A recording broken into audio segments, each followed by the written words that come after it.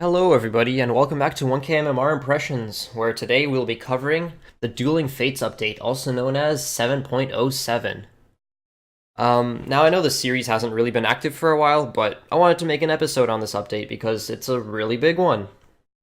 And this is from the perspective of a low MMR player. Right now I'm around 1.5k, so if you're looking for some high-level analysis, then this probably isn't the video for you. So without further ado, let's get started. Oh, and by the way, this is completely blind. I haven't seen anything here apart from what was revealed at TI, so just the fact that these two heroes exist, but without actually knowing anything about them. So let's get started. 7.07 Dueling Fates, introducing two new heroes. First is the Pangolier. Dash of style goes a long way. Okay, melee, carry, nuker, disable. Wow, that's a lot of different attributes, I guess. Interesting. I'm probably not gonna read any of this.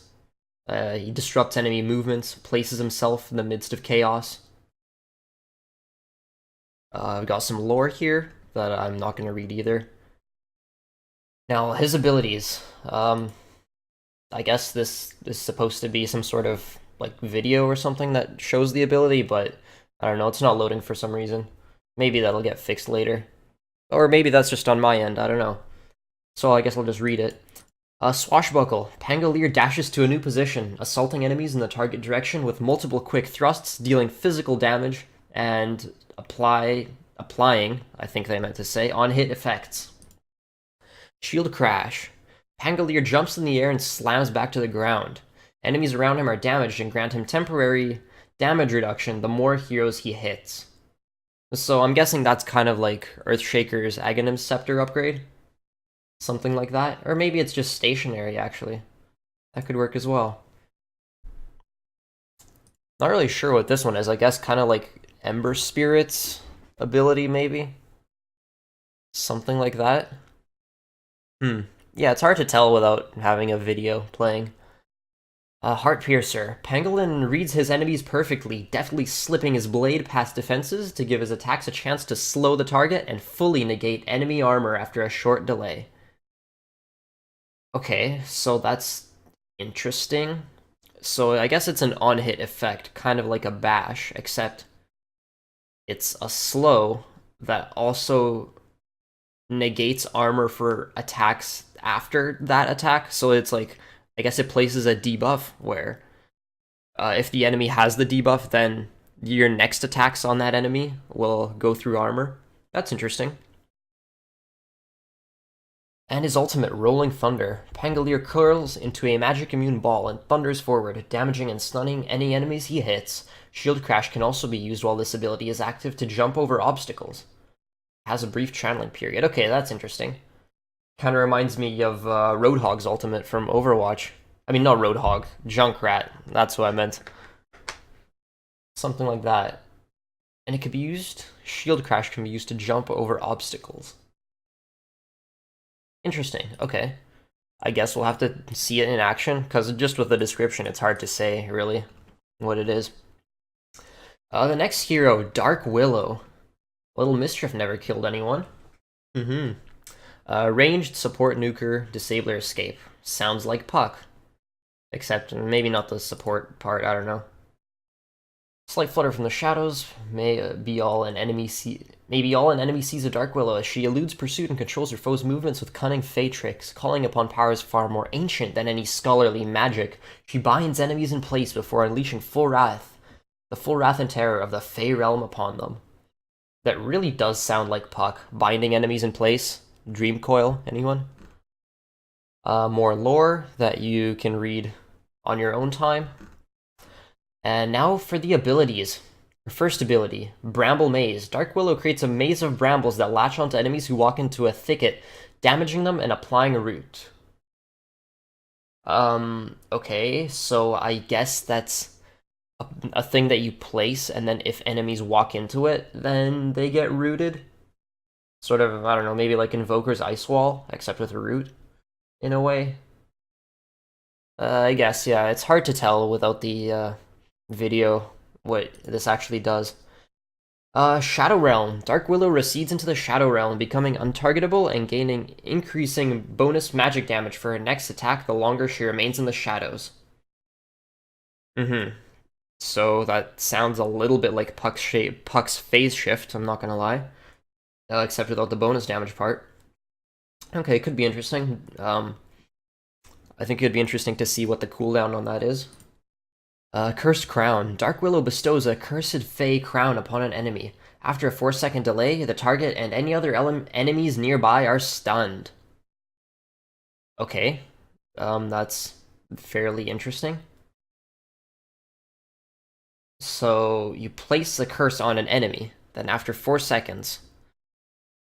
So basically that when you do this on an enemy, when you cast it on an enemy, the enemy has to split off from their team. Otherwise, they risk stunning their entire team, which would be bad. So it's similar to Lich's ult, I guess, in that regard. It's interesting, though. A 4-second delay stun. I guess it probably doesn't pierce BKB. So you could BKB right before it, I'm assuming, to get rid of the stun.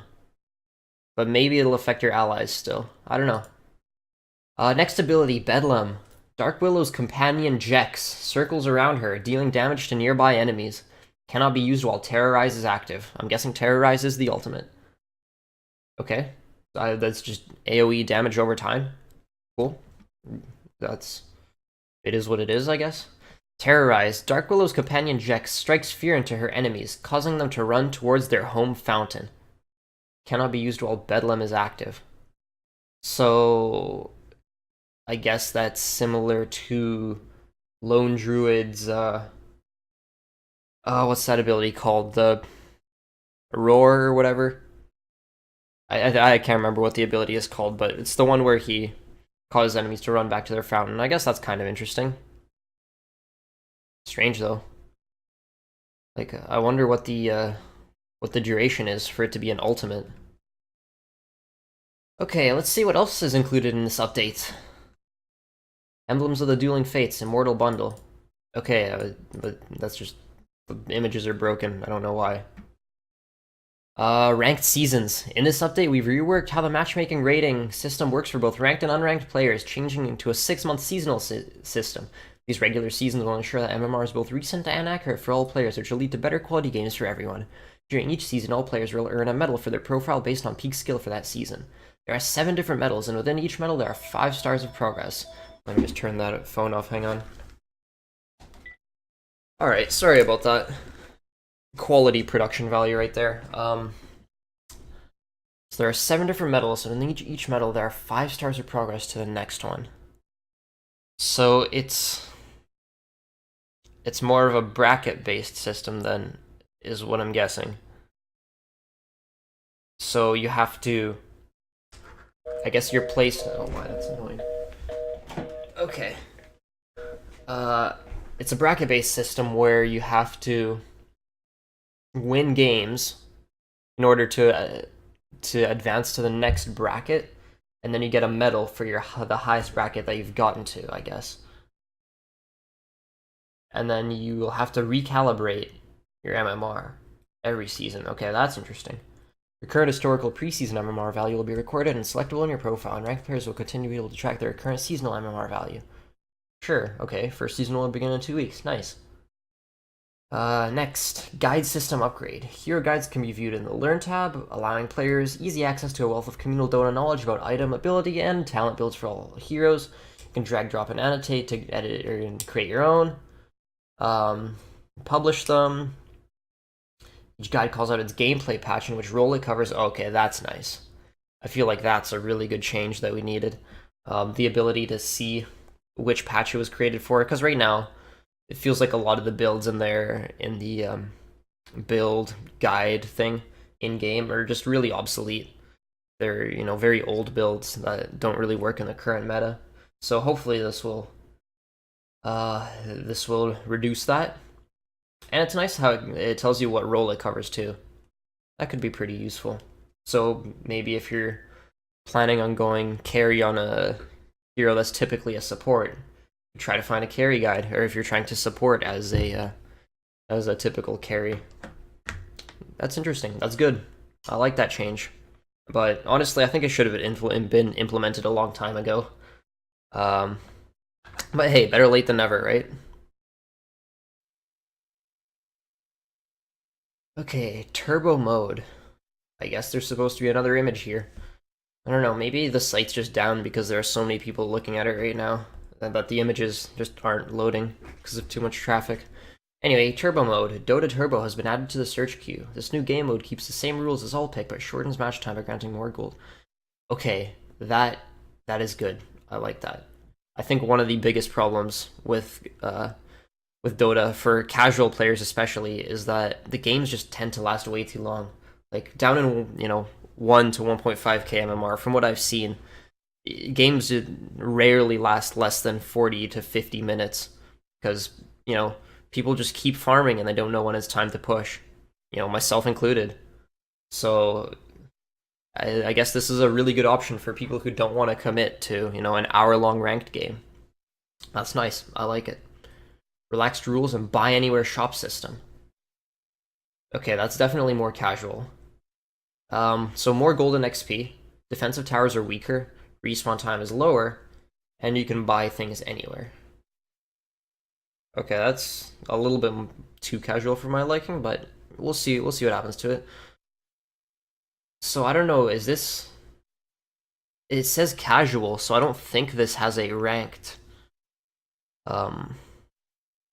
variant. I guess it's unranked only.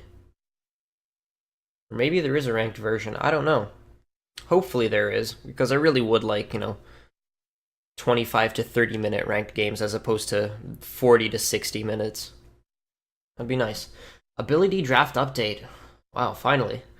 Updated with a completely new draft interface. Nice. Unfortunately, we can't see that because of the broken site. Plus, players can now swap the hotkey order of abilities and chat with their teammates during a draft.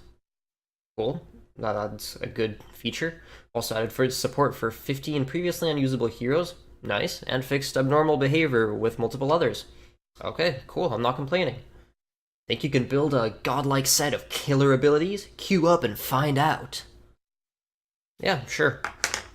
I mean, I'm not complaining about new ability draft changes. Ancient Apparition remodel.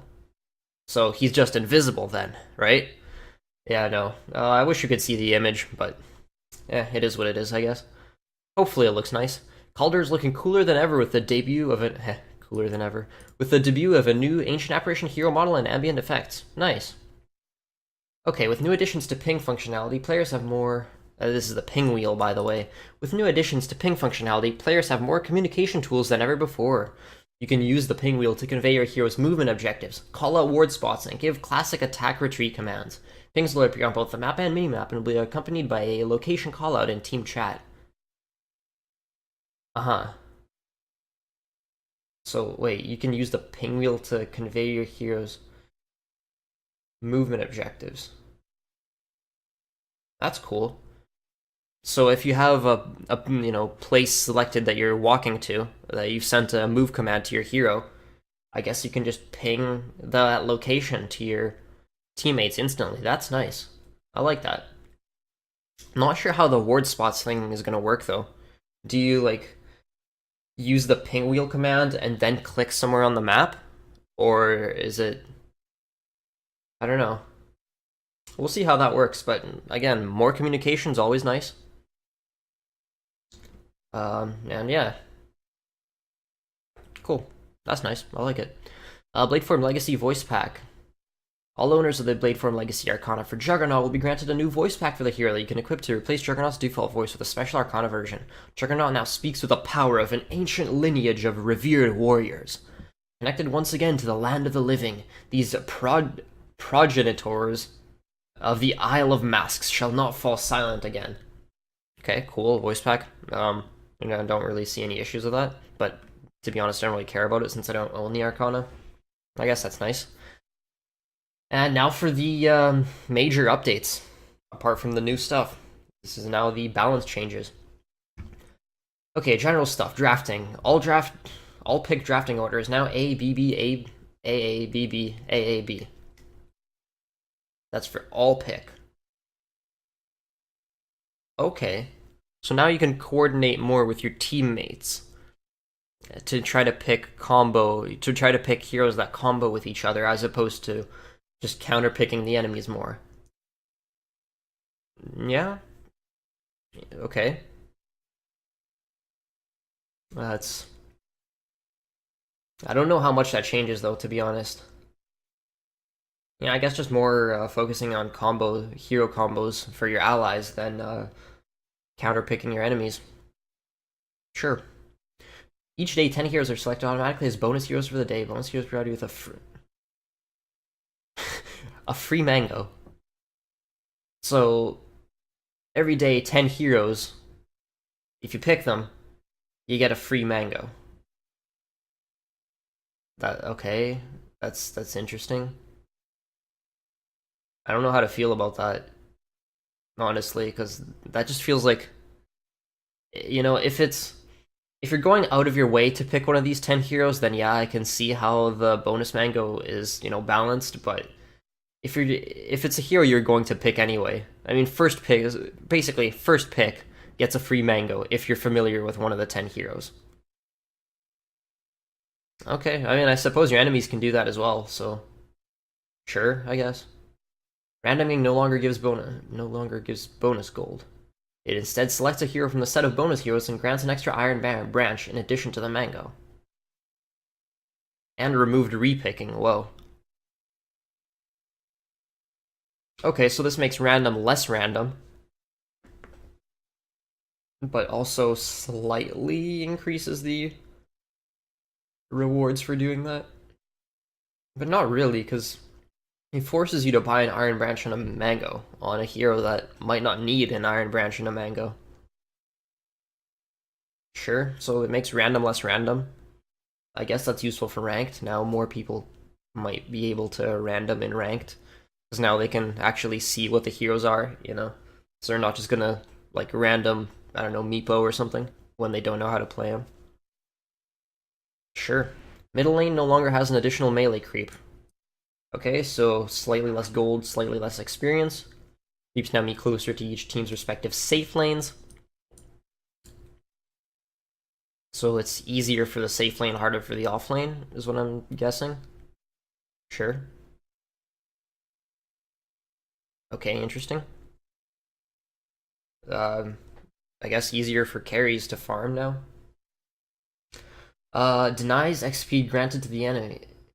The player being denied, reduced from 70% to 25%. Wow. So now denying is really, really strong. So, okay, if I'm reading this correctly, before, when you denied, it gave the enemy 70% experience. And now it gives them 25. So now if you're getting denied a lot, then that is severely hurting your XP gain. Huh. I guess easier for safe lanes again as well. Denied XP gained by the denier reduced. Okay, so now denying just removes a lot of XP from the game, like in total. Sure, that's gonna slow down games a lot, but I guess that's balanced out by the new turbo mode. Neutrals killing lane creeps is now considered the same as enemy creeps killing them. It's not a deny and it gives full XP. You must deny the creep yourself to deny its XP. So you still get the full experience from it now. That's good, I like that. So you no longer really need to last hit when you're pulling. Unless you want the gold, of course. Sure. Yeah, it makes it a bit easier, I guess. I guess, in theory, if there's like an invisible hero around an enemy, then that's beneficial for them, but honestly that's such a rare case. Maybe not rare, but it's just not very significant, I don't think. So I think that's good. It buffs pulling. Again, making the safe lane easier. Total wave XP increased. Okay, so now there's more XP in the game. Melee increased and ranged reduced. Okay, so now this is closer to what it used to be before. where melee and range used to have very similar amounts of XP, but then it was changed to melee being a little and then ranged being a huge amount. So now it's bringing it back closer to that. Sure. It makes each last hit more important.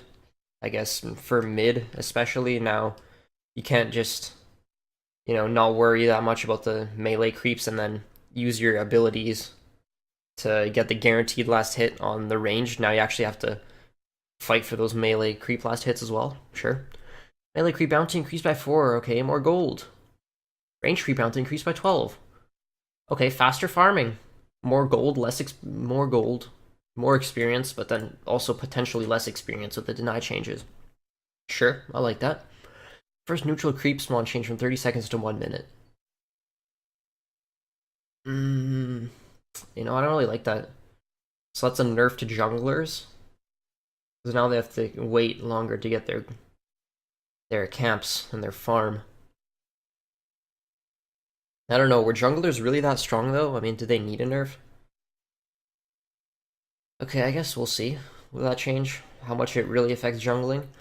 Base hero kill XP bounty, non-assist portion for level 1 to 5 reduced from 100 to 120 to 30 to 150. Base hero kill XP bounty.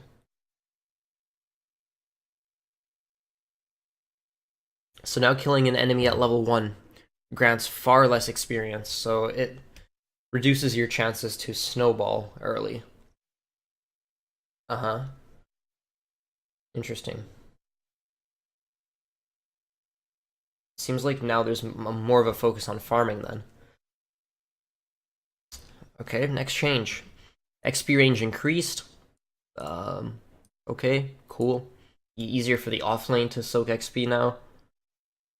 And with all these safe lane changes, especially the creeps meaning closer to the safe lane, then I guess this is just to balance that out a little bit.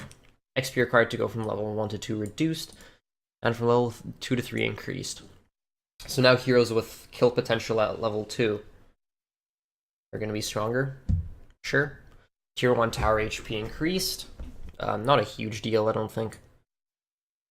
I mean, if a tier 1 tower is going to get taken anyway, then, 200 HP isn't... I don't think it's going to make the difference between the tower getting taken and not taken. So I don't think that's a huge deal. Heroes now start with a TP scroll. Heroes now start with a TP scroll. That is good. I like this. I like this very much. But this I don't like. Because now this means you can't teleport out to any lanes or anything like that. If I'm reading that correctly. Because I don't think you can just buy another TP scroll and have it be off cooldown, because I don't think that's how it works. Okay, so now everyone has to walk out to their lane. Sure. It's going to be harder to place wards now in your opponent's side of the map early. Okay. This is really good for supports though, I like it. Shrines and glyph, remove shrines from the base. Okay, make it easier to break high ground. I like that. I think that it should be slightly easier to end games, because, at lower levels, unless you have a huge advantage, it's really hard to end games until, one side just gets completely wiped.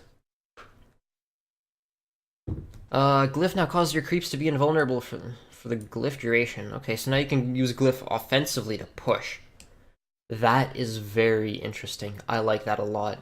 Because now what this lets you do is, let's say you have a catapult, and you're pushing up to a tier 3 tower or something, or you're pushing barracks. Now, if you have that advantage, and you're on the offensive, you can now use glyph, which is usually defensive, to push your offense further. And now the catapult will get some guaranteed hits on the tower. That is good, I like that. And then it's like a risk-reward thing, because if you get... if immediately afterwards you have a team fight and you just lose completely, and, your team gets wiped, now the enemy team can push in, and you don't have that glyph available for defense. So I really like that change. It gives it a nice risk-reward thing now. Creeps. Extra siege creep spawns at 30 minutes instead of 40 minutes. Good. Ending the game earlier. I like that. Siege creep HP increased by 50. I don't know how that is going to change it being, like, actually getting the last hit on it. We'll see, we'll see. Fixed extra lane creep spawning a minute too late. Sure. So now they spawn 1 minute earlier. Cool, I like that. Lane creeps upgrade amount is now capped at mega creeps. I like that as well. Because, yeah, it's really such a rare issue that there's, I don't think, any real consequence with it. Because, at 4 hours, first of all, I mean, what percentage of games actually goes that late? Like, maybe 1 in every 100,000 games, something like that. Probably even less. Well, probably less than 1 in a million, to be honest. But yeah, it's nice that now they don't get better than mega creeps. But then if it's that late, you're just gonna kill them anyway. But it's just a nice change for, I don't know, consistency's sake, I guess. Something like that. It's just satisfying to know now that, you're not losing if you take megas and then for whatever reason the game goes that late. Armor formula adjusted from 0.06 times armor over 1 plus times 0.6 armor to 0.5 to 0.05 times armor over 1 plus 0.05 times armor. Okay. I mean, I'm usually a math guy, but then I can't just, visualize what that looks like in my head very easily. Yeah, with that one, I'm gonna need like a graph or something to see what that looks like actually, to see how that changes it, because this gets changed to point, this gets reduced, and this also gets reduced. So I guess overall this reduces armor. Because here you have that 1 that adds, the extra bit. So this getting reduced is more significant. Sure, I'm not really sure what the armor formula is. Like, does it calculate damage? Or does it calculate... I don't know. With that one, it'll need some further analysis. Armor per agility rescaled from 1/7 to 1/6. Nice, I like that. I always thought that the armor gain from agility was too low. I guess this makes agility carries all the more powerful. Tier 1 tower's armor increased. Oh, that's quite a bit. And then also increased for tier 2 to 3 and tier 4. Tier 4 I can see. But tier 3 and tier 2 and tier 1. I'm not sure about those. Honestly, I don't know how to feel about that. Roshan base armor increased. So now minus armor is, I don't know, is it more effective or is it less effective? Because he has more armor now, so I guess minus armor would be more effective, but that means he also has more armor, so since the minus armor is a flat reduction, then it's less effective. Okay. I guess it's just harder to kill him with physical damage now. Filler building armor increased, so harder to, I guess it takes longer to push high ground. Shrine's building armor increased. It's not a huge deal, I don't think. I think if a shrine is gonna get taken anyway, then there's not much you can do to stop that. It's gonna get taken anyway. Ancient building armor. Ancient building armor. What is an ancient building? I'm guessing that's something in the base as well. So again, making it take longer to push high ground. Melee barracks building armor increased and ranged barracks building armor increased. These changes maintain parity with the overall damage reduction of structures. Oh, okay. Okay, so what this is saying is that these changes are, I guess that's all of these changes actually. It's to make it so that these changes are actually equivalent to what they were before the formula change. So now overall, it's the same for these structures. Sure, that's cool. I feel like this one could be slightly improved, though. I think tier 4 towers could use a little bit more armor, but hey, that's just me. Base structures, remove tier 4 tower HP regen. Sure, I like that.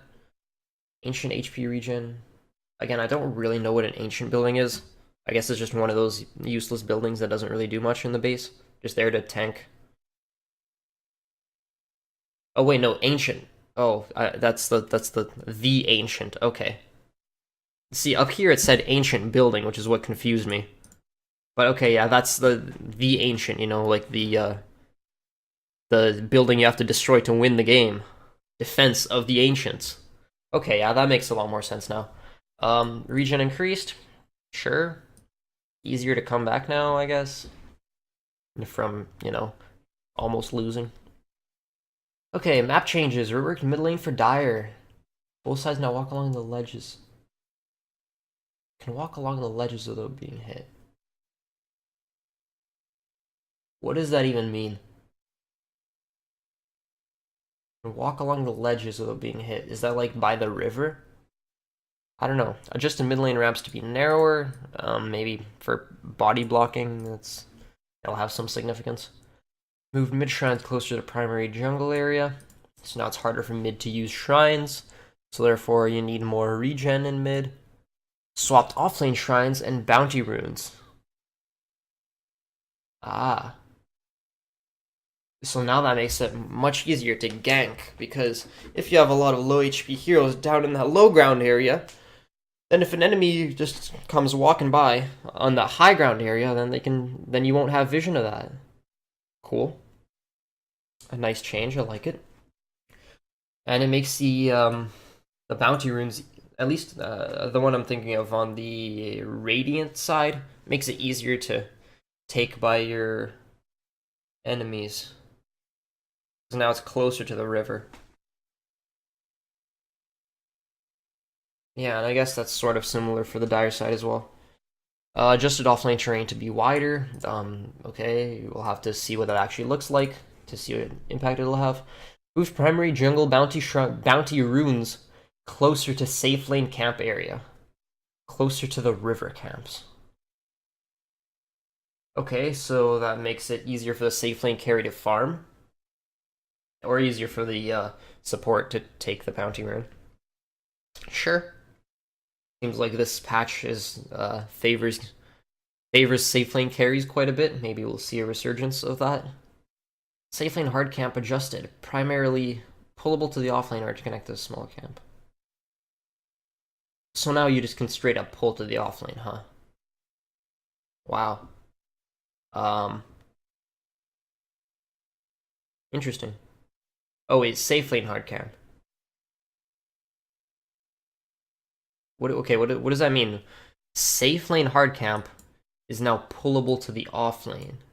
So now it makes it easier for the off lane to pull the enemy's hard camp in order to pull back the lane, which is compensating for that earlier change with the what are they called? The creeps meeting closer to the safe lane side. Sure. Remove the following ward spots. Radiant Ancient Roshan, bottom Radiant Rune, okay. Made miscellaneous tree of line of sight adjustments. So what is it? Okay, remove the following ward spots. So remove those little cliff spots. I mean, I feel like that change hurts new players most because, you know, that's where they place a lot of their wards, just on the, directly on that cliff with the markings. You know, that, like, ward symbol looking thing. Okay, I guess we'll see now where people will start to place their wards. Miscellaneous tree and line of sight adjustments. Okay, I have no idea what that actually looks like. So I can't really judge it. Shifted bottom river power up rune up the river slightly, so closer to Dire side or closer to the mid lane. Yeah, because right now the power up rune near Roshan is much easier to get to from the mid lane, I believe. So I guess that changes that a bit. Adjusted ramp to the dire safe lane jungle area to be narrower. I don't think that's a huge deal. Maybe it has some significance for blocking. Swapped medium and hard camps on the primary jungle. Hard camp is now closest one to the mid tier 2. I don't think that's really a huge deal. Adjusted tree positions in front of the Radiant small camp pull. Again, we'll have to see what changes that it does. Right now, well, previously, a lot of the times I would fail the pull, the small camp pull if there are ranged creeps in the jungle. I mean, you know, if the jungle camp is the ranged creeps, I forgot what they're called, but the ones that poison you a little bit. Because with those, they lose vision of you from the trees. Because there's, you know, those trees in the way. I guess that maybe makes that easier. Okay. We'll see what happens with that. Made minor adjustments to low ground tree positions from the Radiant camp, leading to the dire off lane. More juking, since pathing around the trees is not possible. Okay. Again, it's kind of hard to tell what these changes actually are.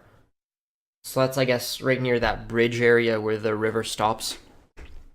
And then there's those crystals, like, on the side of the map. Okay. Again, all these changes, it's really hard to visualize them with actually seeing the map. Reduce size of the ramp. Okay. Adjusted position of Radiant safe lane, hard camp up slightly. Slightly decreased size of a ramp, going down to the Radiant secret shop.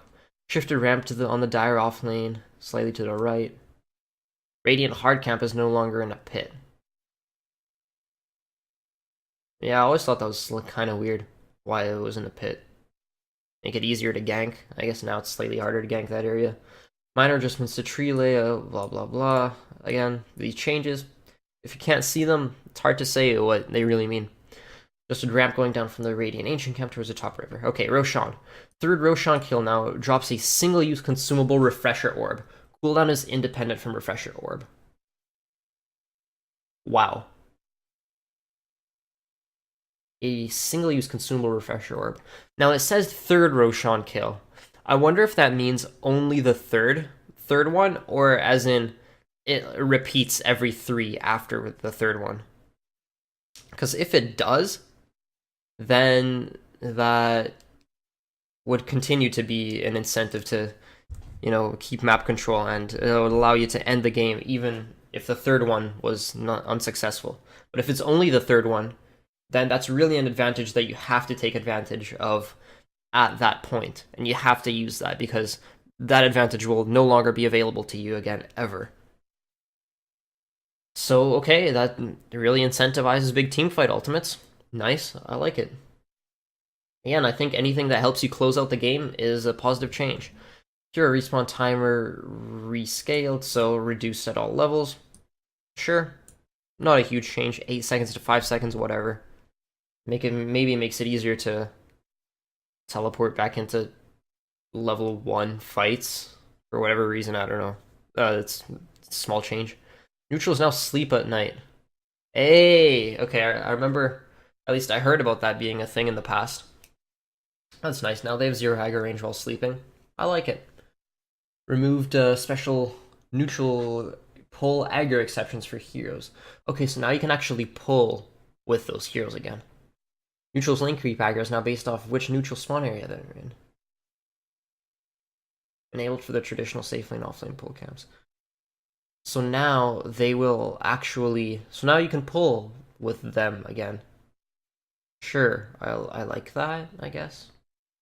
Yeah. We'll see if pulling on the offlane actually becomes a thing again. Captain's Mona has an extra ban in the first phase, so you can now ban an extra hero. Wow. That's not a huge deal in my opinion. I wonder when that actually is. Okay, so in the first phase, so now you can spread out your bans a little bit more. Or maybe focus on banning a single strategy even harder to play against it.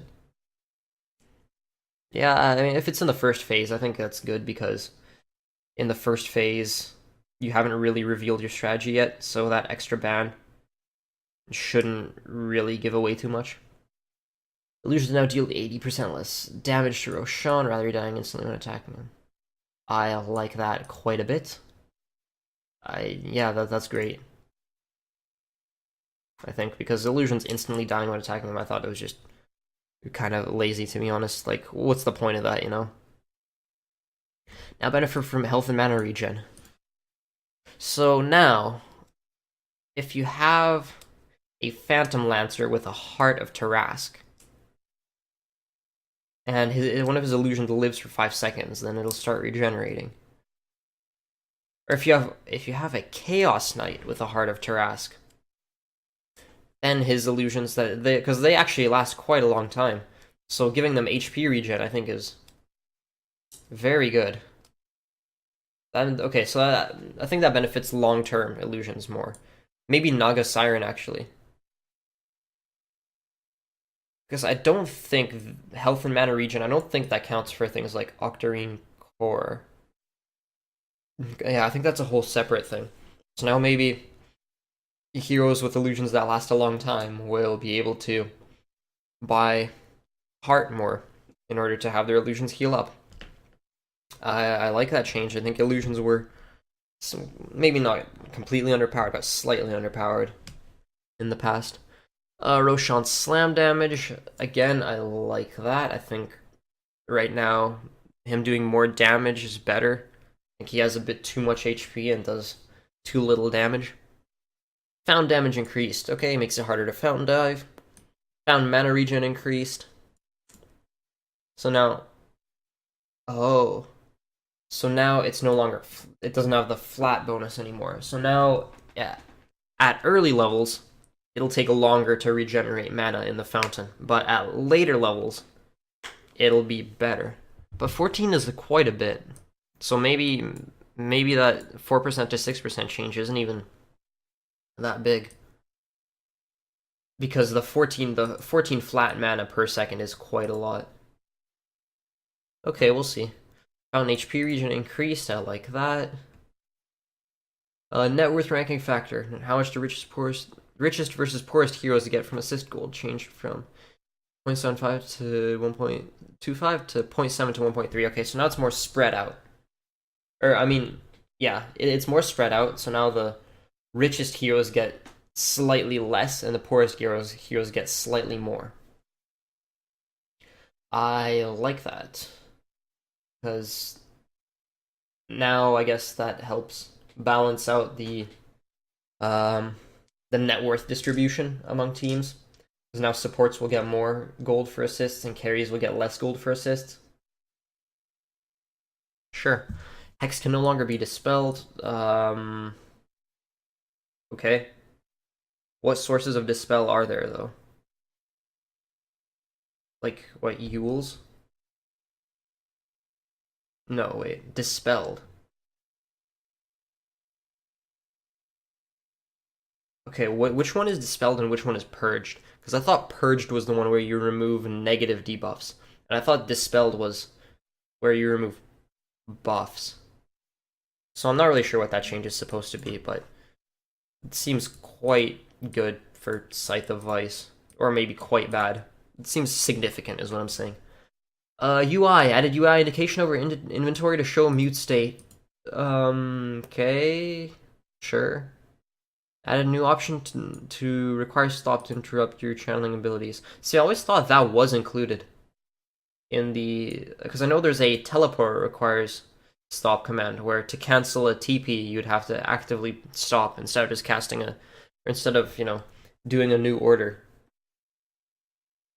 So that'd be very useful for heroes like Enigma, where, sometimes some players, not myself, of course, I would never do that, but when you cast a black hole and then just click somewhere else and then you instantly stop your channeled black hole. So, sure, I think that'll be useful for newer players and for maybe even older players as well if they get used to that. Unique attack modifiers. Remove the remaining unique attack modifiers. Cool. So it's about time.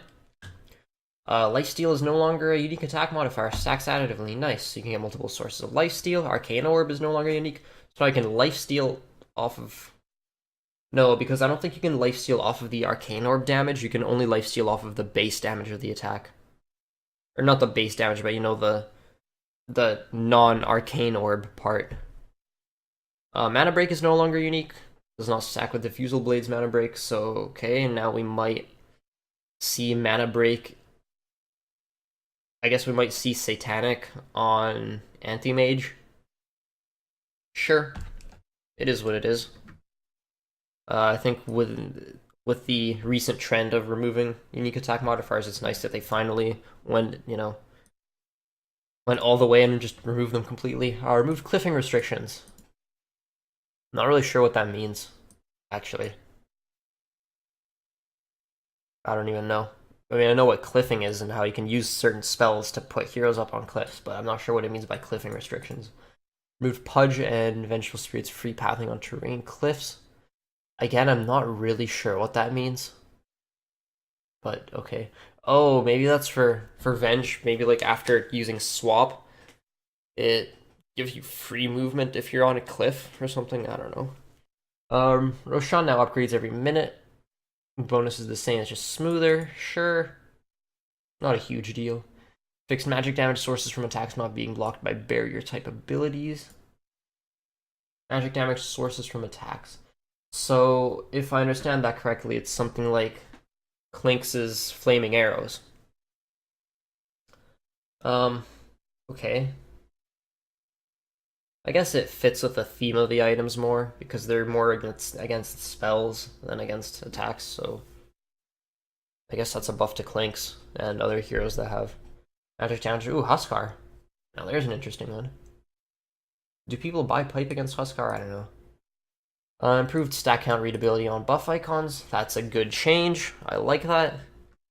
Heroes with turn rates of 0.4 are improved to 0.5. Okay, cool. Not really a huge deal, just like more of a quality of life thing, I think. Maybe it makes it easier to juke or to, get last hits in a really dangerous environment. Now see enemy mana regen values. Okay, cool, I like that. Regen rune changed from 1065 or 1067 health and mana to 6%, so now it scales. Wait a minute, 6% max HP and mana per second. And Storm Spirit's Ball Lightning costs 7% mana, max mana per second. We'll see, we'll see.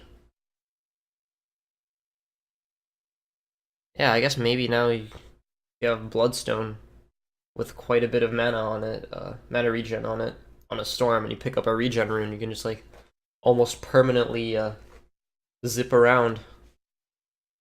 Maybe, we'll see how that affects it. Because, 67 is still quite a lot. So maybe if you don't have a large mana pool, but you have a lot of regen on Storm, then in the past you could have, I don't know. So it just makes regen runes scale more. And it's slower earlier on. Neutral abilities. War Stomp cast point reduced, so it's harder to dodge. Mana cost reduced, so now if you dominate it, you can use it more. Thunderclap cast point reduced, harder to dodge, and again, you can use it more if you dominate it. Cast point reduced. Cast point reduced. Cast point reduced. Cast point reduced. Cast point reduced. Mana cost reduced. Cast point reduced. Cast point reduced. Added to projectile for the ensnare, so now it's not instant. Was it instant before? I didn't know that. Okay. So yeah, just harder to dodge these now. And now you can use them more when you dominate them. So that's a buff to heroes and items that dominate creeps. So Chen, Enchantress, Helm of the Dominator, things like that. It's an indirect buff to them. Sure. Neutral Purge now works on Cyclone units. Okay, so now you can purge Cyclone units. I don't know, what's the point of that? Okay. Neutral Cloak Aura on heroes. Used to 10%. Sure. I guess makes dominating them better. Okay, seriously? Phone again. Courier cost increased from 100 to 200. Wow. So that's gonna severely hurt supports, if I understand it correctly. Wow, okay. Courier movement speed increased, so now delivers items faster. Flying courier speed increased, I like that. Oh, it automatically upgrades. Okay, so now what this means is that you have to invest more early on as a support, but you no longer have to invest that extra 150 later. So from there, you're free. Once you bought the courier initially, you're later free to actually get more items. Nice. Flying courier now has courier shield instead of haste ability. 2-second duration. Oh, that's unfortunate. I really like the haste ability on the courier. I think that this is more of a change for high level play if it doesn't automatically activate, which I don't think it does. Because really at low levels, I mean, who micros the courier that much? Courier can no longer refill bottle. I don't think that was fairly common. Courier can no longer be purchased more than once. Okay, so now you can't really feed multiple couriers. Sure. Can't guard your ancient with it if you have, like, if the game is going on super late, but whatever, who cares? It's an anti-feeding change. Remove the following items from the side shop: quarterstaff, orb of venom, blades of attack, sage's mask, stout shield, ring of regen, bottle 1 charge. What? So now, okay, that hurts the safe lane. Maybe the off lane as well. Just hurts the side lanes, really. Requires them to use the courier a lot more. Okay. It is what it is. Still, it was really nice to be able to complete items like phase boots, and I don't know if you bought the ring of armor or whatever, I guess ring of protection maybe. Then you could buy, I don't know, the Aquila or something like that. That kind of sucks. Add the following items to the side shop: ring of protection. Okay. That's unfortunate. So okay, basically a lot of these items are regen items. Sage's mask, stout shield, ring of regen, ring of health. Stout shield doesn't give you regen, but it allows you to take less damage, and then which makes your current regen go further. Okay. Add the following items to the secret shop: voidstone, ring of health, and bottle. Wait, a secret shop. Okay, I thought that was side shop. Sure. No, okay. Now for regen, you have to go to the secret shop instead of the side shop. And you can't get any cheap regen at the side shop. Okay, so you have to commit more to being in the safe lane. Support. Observer awards cost increased from 60 to 80. That kind of sucks. XP bounty. Wow, that's a lot of experience. Okay, I like that. Tango cost rescaled, so now as a support, you can buy tangos for your mid laner and more, and then still have some left over. Okay. Now observers are more expensive. So okay, observer wards, I guess, are now going to be placed more defensively, since they cost more, and the XP bounty on them is drastically increased. So you really want to keep them in a spot where they won't get dewarded. Or maybe that's just a change that will cause wards to be placed in weird places. Who knows? Smoke of Deceit cost increased. Yeah, whatever. If you're gonna buy a smoke, you're gonna buy it anyway. Maybe that's to deter level 1 smokes or something like that. Gauntlet cost reduced. What even is a gauntlet? Is it that +3 strength item? I think it is. Okay, so all the +3 of each of one stat items have been reduced. Okay. Better early game, Wraith Van recipe, reduced, more items early game, more items early game. Wait, so with these changes, actually, with the Tango cost rescale and Null recipe increased, can you still afford a Null plus Tangos if you're going mid? Maybe not have to rely on supports for Tangos. I don't know. Okay, Wraith Bracer Null no longer gives attack damage, now they give an additional +1 to per primary stat. That's unfortunate. I think the last hit potential is quite important on those items. So now it's unfortunate that they lose that. I think the +1 primary attribute, that's a nerf. And the cost was increased and it was nerfed. No, okay. Veil no longer provides +6 damage, and Veil int bonus increased, so now that makes it more important for spellcasters, less important for heroes that rely on auto attacks, but that also have magic damage. Like, I don't know, Lena, maybe?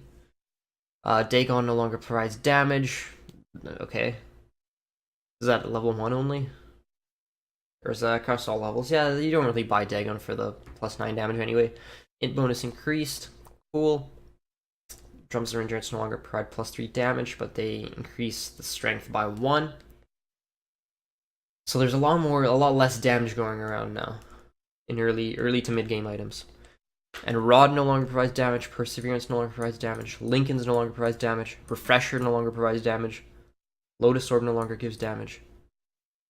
So now there's a lot less damage going around, which might mean that now heroes that are sort of halfway between the traditional spellcaster and right clicker roles, now they might have to focus more on spellcasting. Alright. Now for the interesting stuff. Aether Lens reworked provides a bit more cast range, a bit more mana regen, but no spell amp. Okay. I mean, with the spell amp has been getting nerfed a lot. So, and the extra cast range, 30 isn't huge, but it's nice. Extra mana pool with extra mana regen, though, is quite a good change. Sure. I mean, I think nowadays Aether Lens isn't really being bought that much for the spell amp anyway. It's more for the cast range and mana stuff. So that's a good change. I don't know. We'll see if it actually changes how much it's picked up. Battle Fury now requires a Demon Edge instead of a Claymore plus Broadsword, so now it's 400 cheaper. But you can now... Okay, so now you can buy the Demon Edge from the secret shop. Attack damage reduced, cleave distance increased, cleave end radius increased. Okay, so now it's cheaper, provides less damage, so now it's easier to buy it early, which might incentivize it more for farming. And with a larger cleave, that's useful for taking out stacks. Okay, so now it's more of a farming item. Boots of Speed. Movement speed reduced again. I don't think that'll be a huge deal. I mean, okay, how much does Windlace give now? +20? Maybe you'll see Windlace picked up more instead of Boots now. Boots of Travel, especially now with the changes to supports, where now supports have to spend a lot more gold early on. Or, like, not early on, but at the very start of the game. Now you might see them, like, never getting Boots at the beginning. I mean, you wouldn't really get Boots on supports at minute 0 anyway. I guess now the Windlace is more important. So now, okay, this might be then to prevent other heroes from killing supports as easily since they have less items. That, yeah, sure, I guess that makes sense. Boots of Travel building prioritization range increased. So now, okay, easier, I mean, harder to misclick when you're trying to TP to a building. Cool. Now requires Perseverance. Okay, so now no Soul Ring. Now requires a Perseverance instead. Initial charge is increased from 12 to 14 and no longer heals you in an area around you upon your death. So that's a nerf to the whole Lena strategy that was used in the past. Where TI6 or something? That was a long time ago. So okay, I guess that's further nerfing the strategy of using Bloodstone as a tool to heal your team. Now it requires a Perseverance instead of Soul Ring plus recipe. I don't know, does that mean it might be bought more on mid laners? And now mid laners would buy a Perseverance now? Sure. And it allows you to snowball a little bit harder once you get it. Okay, I guess that lets more mid laners buy it. Like, I mean, heroes like Storm and Lesh are probably gonna buy it anyway, but it's just easier for them now. But Soul Ring plus recipe. Would you buy a Soul Ring on Storm? I don't know. Sometimes. A lot of the time, I think. Interesting, we'll see how that plays out. Butterfly, Flutter duration reduced. Flutter no longer disables evasion. Not a huge change, I think overall it's a buff. Because if you wanted to get away a lot of the time, you would want to dodge attacks at the same time. And the Flutter duration being 4 to 2 isn't really a huge deal. Desolator nerfed. Okay, it is what it is. Just a straight up Desolator nerf. Diffusal Blade reworked, no longer dispels, no longer has charge limits, no longer upgradable, cooldown increased to 15. So what does it do now? Just like slow down enemies? Is that actually it? And what is it? Okay, so no longer charge limits. I'm assuming that means it no longer has charges. But then that'd probably mean that... Okay, then I think it would say no longer has charges.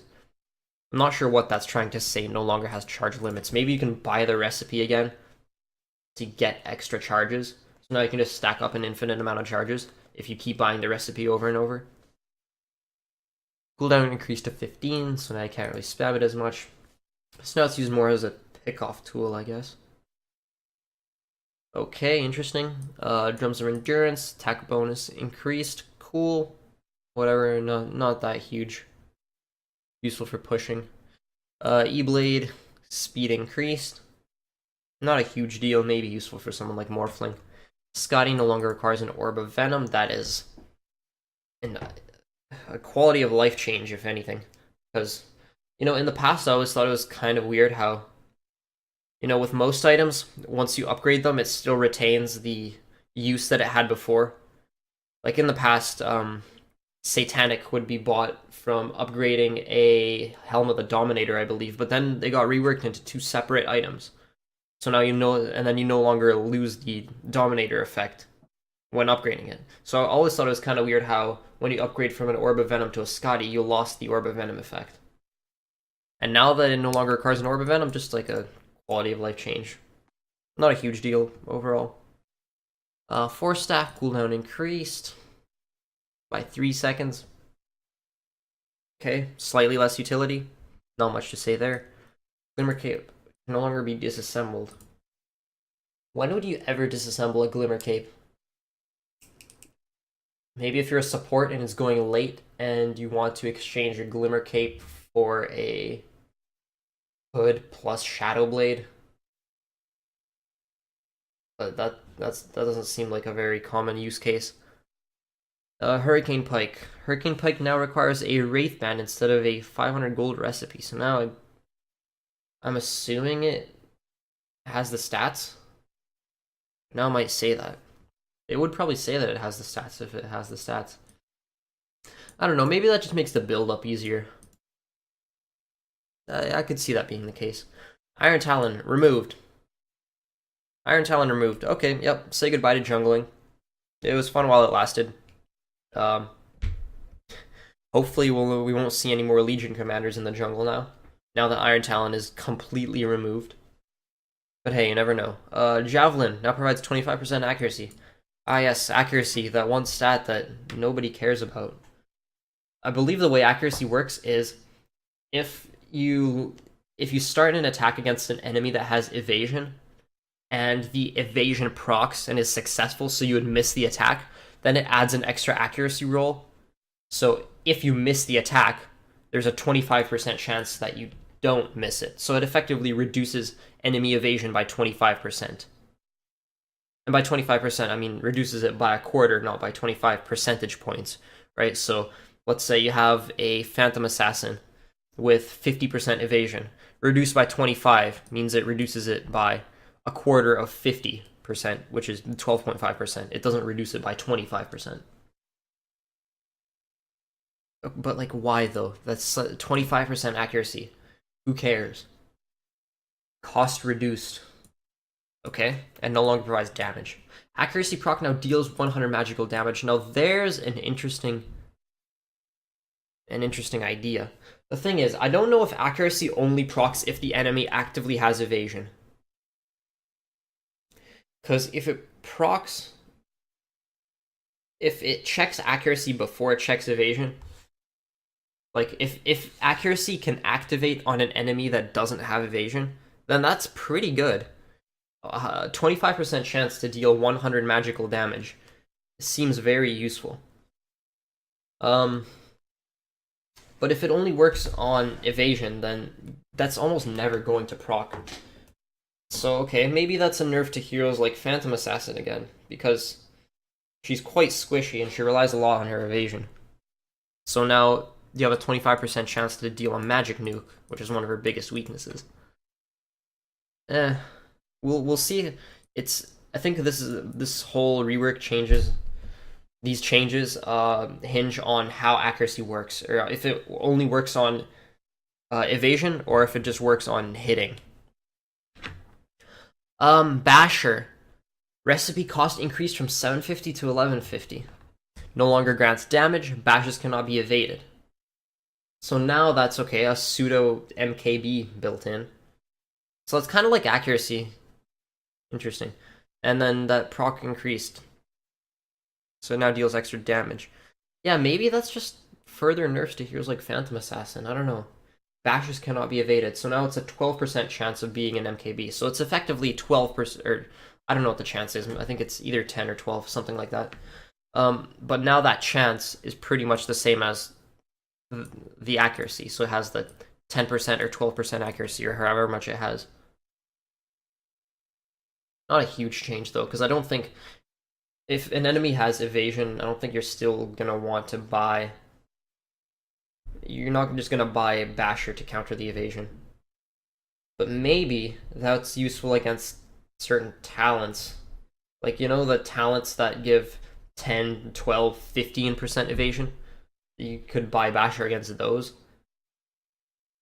But then what are the odds of it actually proccing, right? Because if it's a 15% chance, or a 10 to 15% chance to evade, and a 10 to 15% chance to not evade, then how significant really is that? I don't think it's very significant. Abyssal Blade no longer grants the damage, because the Basher no longer grants damage. Same changes, and the damage proc increased. Okay. Yeah, not a huge change. MKB reworked. Wow, okay. Let's see. Now requires a Hyperstone. And now provides 75% accuracy plus a 60 pure damage proc. The attack that procs the accuracy also procs the pure damage, pierces spell immunity. Wow. Okay. So the accuracy is now plus 75%. Whereas before it'd be... Okay. So the accuracy got nerfed from 100% to 75%. The 66 damage got changed to 60 attack speed. And the 35% chance to mini-stun and 160 magic damage got changed to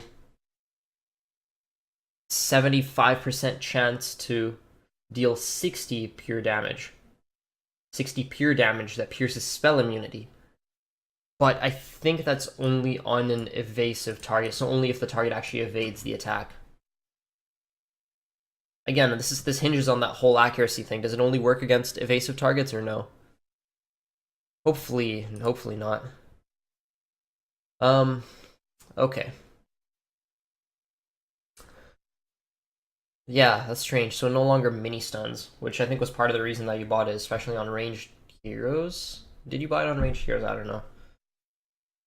Linked Sphere can no longer manually target self. I don't see why you would ever want to do that. So, okay.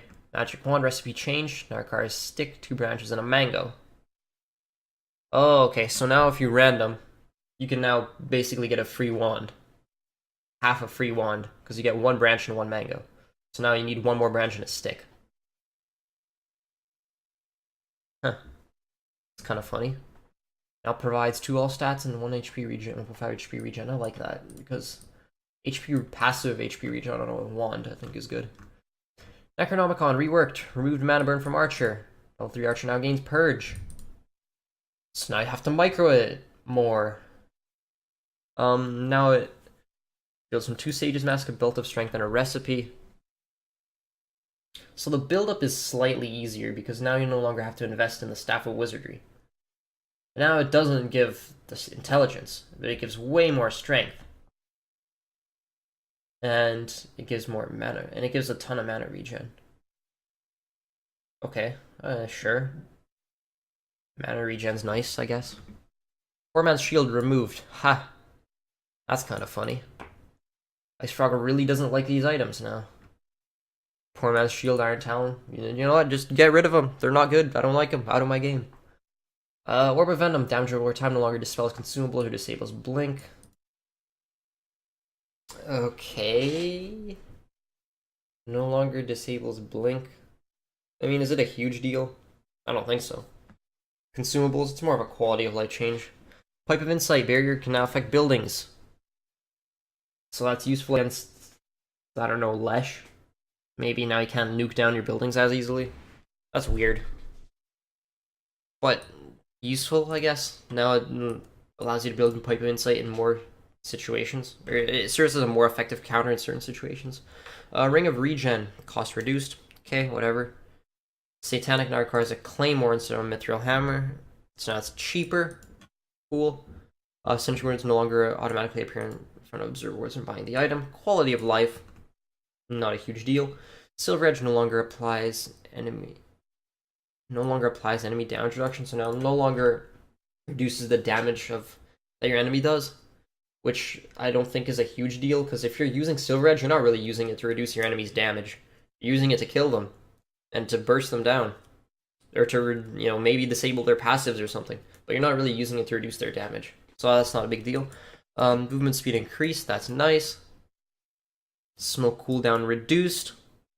Okay, we'll see more smoke ganks. I think this change speaks for itself. Solar Crest. Wow, okay, it seems like accuracy is becoming a big thing this patch. But I do like the change that it was increased, because I think 35% is not enough to really make it worthwhile as a counter. I don't know, maybe that's just, the psychological aspect of it, but 35% to me just feels like close to a third, but 40% just feels like close to a half. Close to 50%. Whereas 35% is close to 33%. So that's probably more of a psychological thing, but I think that'll definitely increase the amount that people buy it. Soul Ring reworked. Okay. So instead of providing 3 health regen, that got nerfed to 2 health regen. And now instead of mana regen, it gives strength. So now you really need to use Sacrifice more, and that's supplemented by the lower cooldown. Sure, not a bad change, I don't think. Yeah, so it requires you to use the Sacrifice more. But I think the lack of passive mana regen might make it a bit less attractive. Stout Shield damage block increased from 16.8 to 18.9. So that's to compensate for the reduction of Poor Man's Shield. Now Stout Shield is better. Urn of Shadow has changed from pure to magical. Damage increased. So I think the increased damage is to compensate for the magic resistance that people have, that heroes have, and creeps and everything. I don't know, do creeps have magic resistance? Yeah, not a huge deal in my opinion. I don't think, I guess you can, maybe in the mid-game, if a support Urn of Shadows you, to prevent you from blinking away, you can now BKB to stop it. But that's such a niche scenario. Whatever, I think overall that's a very slight nerf. Vlad's no stacks. Okay, so now you can push even harder with Vlad's and Aquila. Meteor Hammer, new item, okay. Ogre Axe, that's plus 10 strength for 1,000 gold. Staff of Wizardry, 10 int for 1,000 gold. Ring of Regen, a bit of HP regen, and Sage's Mask, a bit of mana regen. Provides strength, int, HP regen, mana regen. Channeling, 3 seconds. Summons a meteor that strikes at 300 AoE and stuns for 1.75 seconds. Applies a 6-second debuff that deals 60 magic damage per second to structures, 115 to non-structures. Cast range 600, cooldown 40, mana cost 125. You have vision over the impact area for the channel duration. Meteor impact destroys trees. Meteor takes 0.5 seconds to land. That's so weird. So you can buy an AoE stun now. hang on, what's the cast range? 600. That's like what? That's like a pretty high attack range. So, and you have to stand there and channel it. Hang on a minute. Channeling it does break invisibility, I believe. At least item-based invisibility. I don't know if it breaks ability-based invisibility. See, because what if you just bought this on like Ricky or something, and then you just stood there invisible and channeled it, and then suddenly the enemies were stunned? Because 0.5 seconds isn't a lot of time to react, because that's how long it takes to land. Then again, it does have to be pretty accurate, because 300 AoE really isn't that much. I believe the 300 means radius, not diameter. That's still not huge. That's pretty big though. But 3 seconds, I think the problem is that they have to stand still for 3 seconds, or it's kind of like a Sunstrike in that you have to predict where they'll be, except you have to channel it. I don't know who would buy this though. Like, I mean, okay, invisibility heroes might buy it just as a, funny cheese strat or whatever, but who would actually benefit from this item? It gives strength and int, gives HP regen and a little bit of mana regen. Maybe heroes that buy Ether Lens already.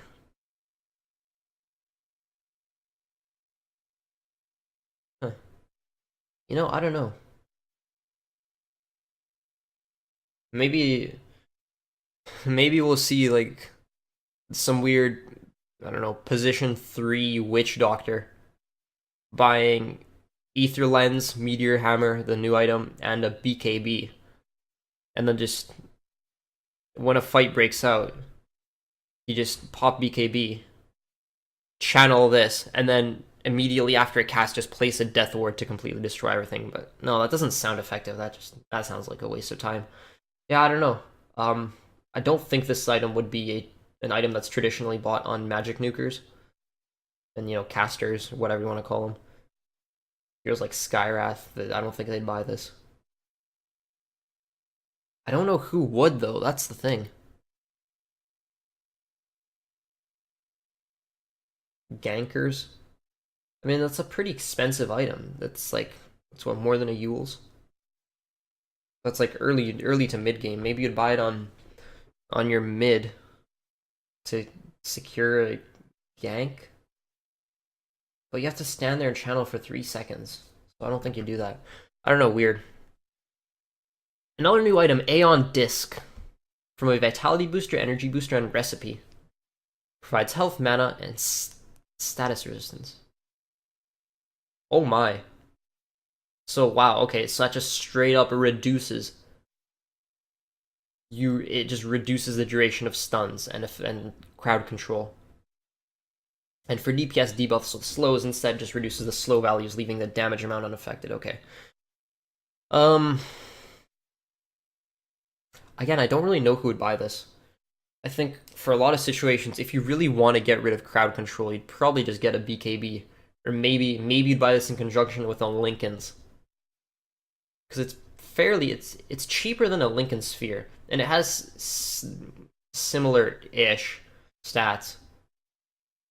No, not similar stats, but you buy a lot of these items from the secret shop, and it just reminds me of Lincoln's for some reason.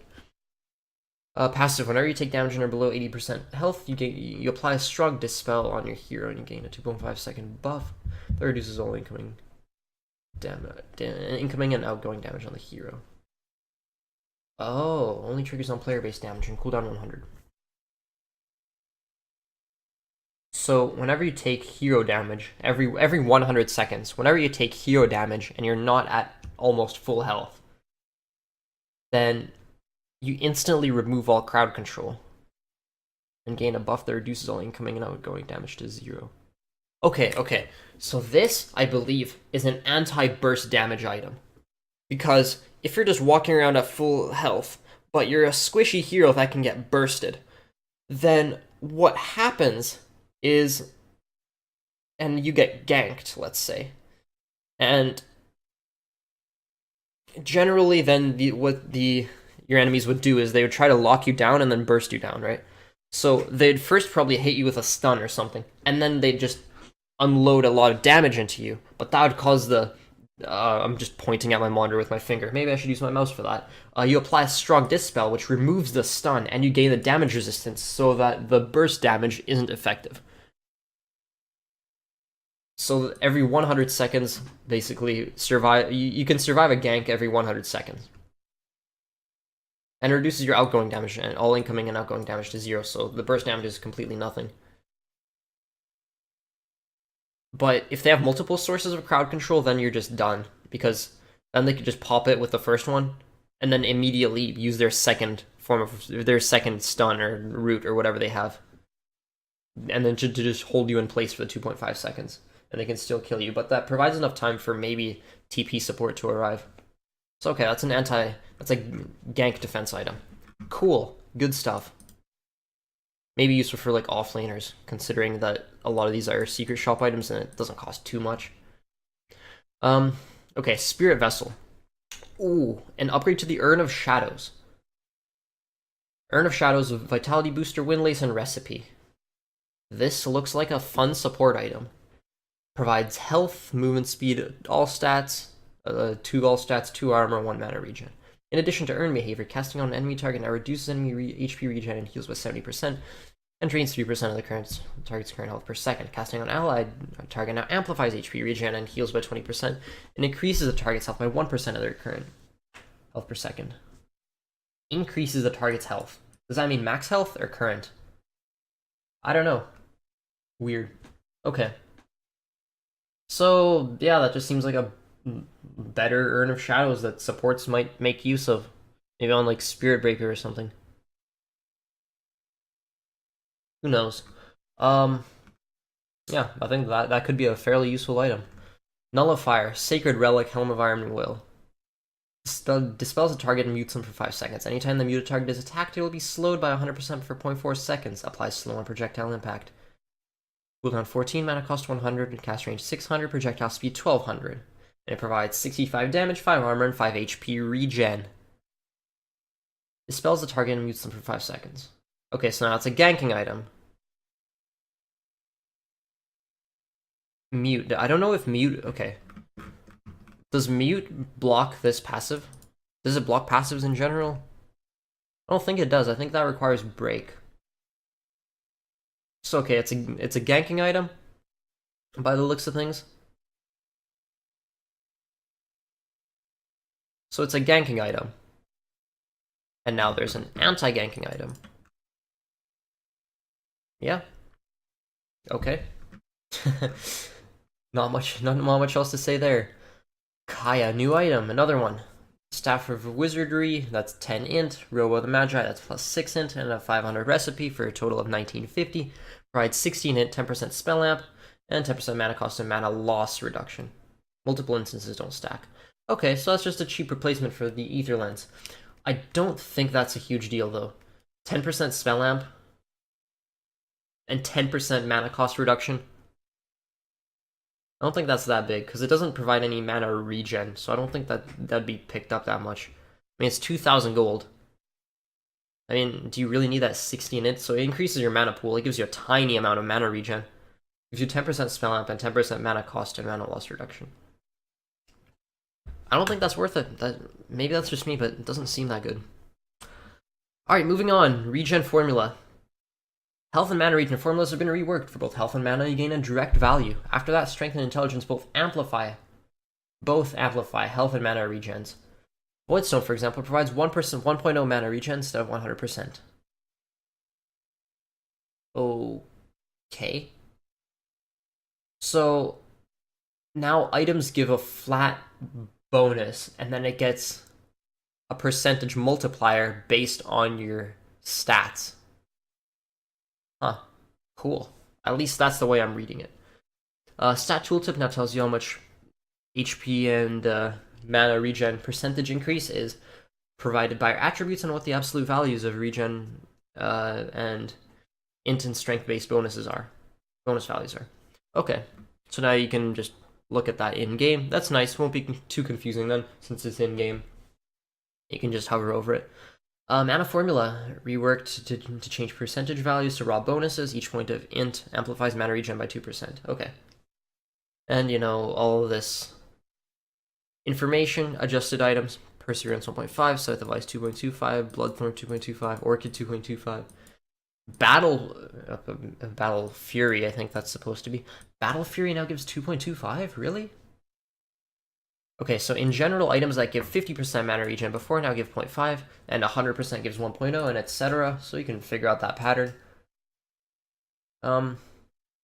Okay, cool. Clarity Potion now gives 3.2. Wait, wasn't Clarity Potion always a flat value? Maybe it was 3 before, I don't know. Talents have been rescaled. Okay, now Bottle gives you 40, okay. Again, didn't it always give you 40? I don't know, maybe I'm wrong. Now Bloodstone, okay, so now Bloodstone is, it gives a flat amount and plus a flat amount per charge. So now, okay, on Bloodstone heroes, you now actually want a lot of intelligence, because that amplifies it. Whereas before, Bloodstone gave a flat bonus from the charges plus the multiplier.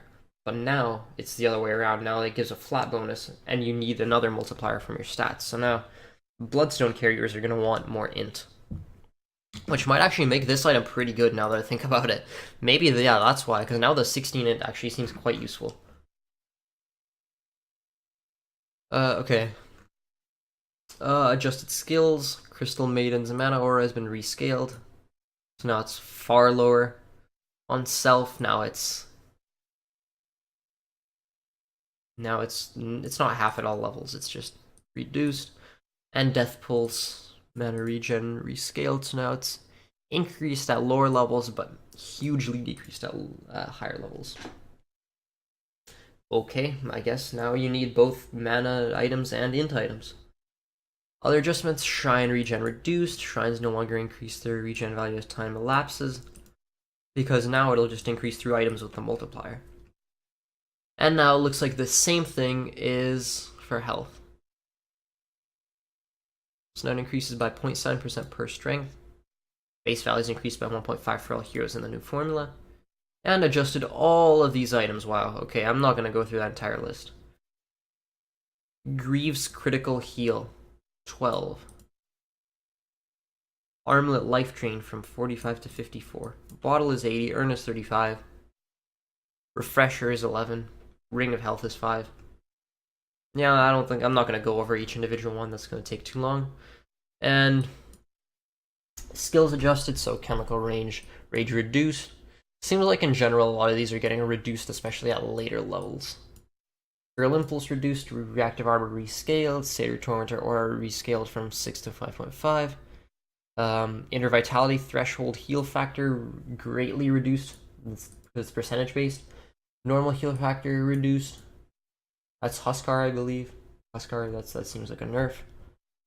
Death Pulse kill HP regen multiplier reduced. Rescaled. But that's just reduced. Okay. Regen rescaled, some more at lower levels, less at higher levels. Doom rescaled, less at lower level. Less at lower levels and more, and less at higher levels as well. Actually, I thought both of those were 40. Living armor rescaled, less at higher levels. Cold embrace rescaled. Shrine reduced. Shrine no longer increase their value over time because now with the strength multiplier, it'll just naturally increase over time. Okay, so now you need. See this. I like this change because in the past I thought that the regen values from attributes were pretty much useless. Like, in the past, each strength gave you, 0.03 health regen, who cares? But now that it's a multiplier, I like that. Because now we'll need both regen through regen items and regen through, and amplifying that through stats. Okay, let's see, do I even have time? I have about half an hour. Hero attributes, intelligence mana increased. Cool. All agility heroes' base movement speed is reduced by 5. Strength, agility, into attributes now give you a unique perk to the hero, in addition to the +1 damage. Wow, okay. Perks. Strength, okay, I'm guessing Yeah, that means the agility. Agility gains movement speed. Um, Strength gains increased status resistance, so strength heroes now passively gain crowd control resistance and status resistance, basically. The more strength they have. Agility gains movement speed the more agility you have, and int gains magic resistance the more you have. In the stat hover area, you can see the impact. Good, you can now see that in the client. I mean, you could see it with the previous ones before, but now, you can see with these new ones in the client, so that's nice. I like that. Attribute summary. Strength gives plus 20 health and 0.7% regen health amp, and then plus 1 perk is the plus 1 damage and status resistance. Agility is now 1/6 armor and 1 attack speed, and if you're an agi hero, you gain 1 damage and 0.06% movement speed. An int, 12 mana, 2% mana regen amp, 0.07% spell amp, and if you're an int hero, you gain 1 damage and more magic resistance, 0.15% magic resistance. Okay, so now really heavy int heroes will be more magic resistance, which is nice. More magic resistant, which is nice. So now that kind of increases the split between heroes that cast spells to do their damage and are just nukers basically, and heroes that kind of do a mix of right clicking and spell casting, because it gives them more magic resistance. I don't know, actually, maybe that makes these hybrid heroes kind of like Lena better, because now Lena's quite squishy, so she doesn't really need to worry as much about being killed so much by magic damage. But I don't think that was really her primary issue anyway. Okay. These are quite broad changes, so it's hard to tell what effects that'll have, to be honest. And I'm 1.5k MMR, so if you're looking for some in-depth analysis, I'm probably not the best person to do that. Alright, moving on. Hero changes. Talent trees. Every single one has been redesigned. This might take a while. Okay, let's get through this quickly. Movement speed or XP gain. Armor or miscoil heal damage. Cooldown reduction or damage, and health or curse of Avernus slow. So I think that's more useful for carries. And maybe carries. 25 movement speed I don't think is huge. 20% XP gain, it's moderate. 6 armor or miscoil damage, I think again depends on whether you're carrying or supporting. Cooldown reduction or damage, again carrying or supporting. And shield health and curse of Avernus slow, again carrying or supporting. Alchemist, attack speed or armor. I think that depends on whether or not you're ahead or not. If you're ahead, you go for the attack speed. If you're behind, you go for armor. 15 plus 50 damage or 250 health. Again, I think same thing. Cleave. Now have a passive cleave. Again, fitting with the theme of being ahead or being behind. Cleave helps you... Okay, no, this one's different. This one is... Cleave helps you farm, but unstable concoction damage helps you kill. And unstable concoction cooldown versus chemical rage base attack time. Okay, so base attack time, more useful late game, I think. Whereas this is more useful for, I don't know, is support alchemist a thing now? Because that's quite a bit of damage. And with a minus 8-second cooldown, it seems like that could be significant. But then as a carry, I think you would really want to go for this. Just because base attack time reduction. That reduces it to 0.8, I believe, at the max level of your ultimate.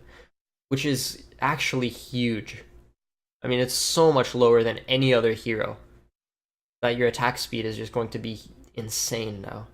And with the cleave, and the damage, and the attack speed, that seems like if you're having a good alchemist game, you're going to have a great alchemist game. Chilling Touch duration rescaled. Okay, not a huge deal. Chilling Touch, this for Ancient Apparition, by the way. Chilling Touch no longer reduces allies' attack speed. Cool, I like that. But then, yeah, to compensate for that, the damage is reduced as well.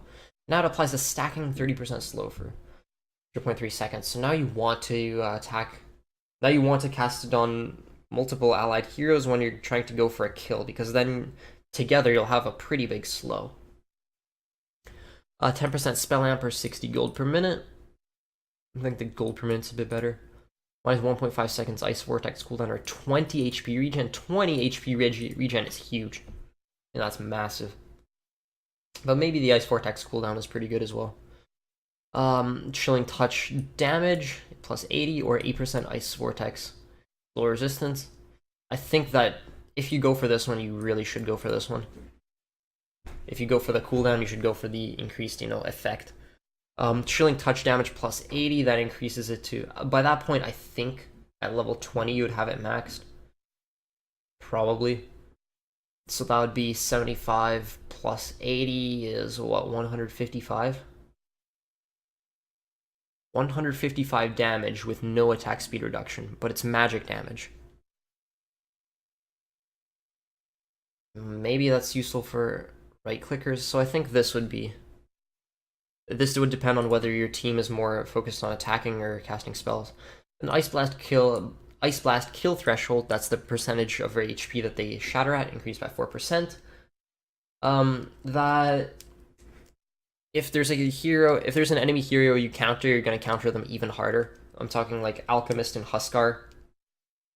Maybe not Alchemist, more of Huskar. Heroes that like to be at low HP. You counter them even harder with that. But then if they're gonna be at low HP anyway, I guess they're gonna shatter anyway, so who knows. Plus 4 charges of Cold Feet. Maybe? I don't know. I'm not really an Ancient Apparition player. Anti-Mage, health or attack speed. Again, you're playing it safe or offensively. Minus 1 second blink cooldown, fairly straightforward. Blink uncontrollable illusion. What does that even mean? Wait a minute, does that mean that when you blink, you get an illusion that you can't control? That seems incredibly good for farming, I'm not gonna lie. Okay, so I think this right side of the tree is more for farming and if you're ahead, and then the left side is for more if you're behind. Because minus 1 cooldown synergizes with cast range a lot more than having an illusion does with cast range. And 10 all stats, 30% spell shield, or minus 50 second mana void cooldown. That's pretty similar to what it was in the past, I believe. I think maybe the blink was somewhere further down. Arc Warden, attack speed or armor, damage or survivability, flux duration or health. Again, going for kills more, or do you want to survive more? Attack range or cooldown reduction. Are you more right-click focused or more spell focused?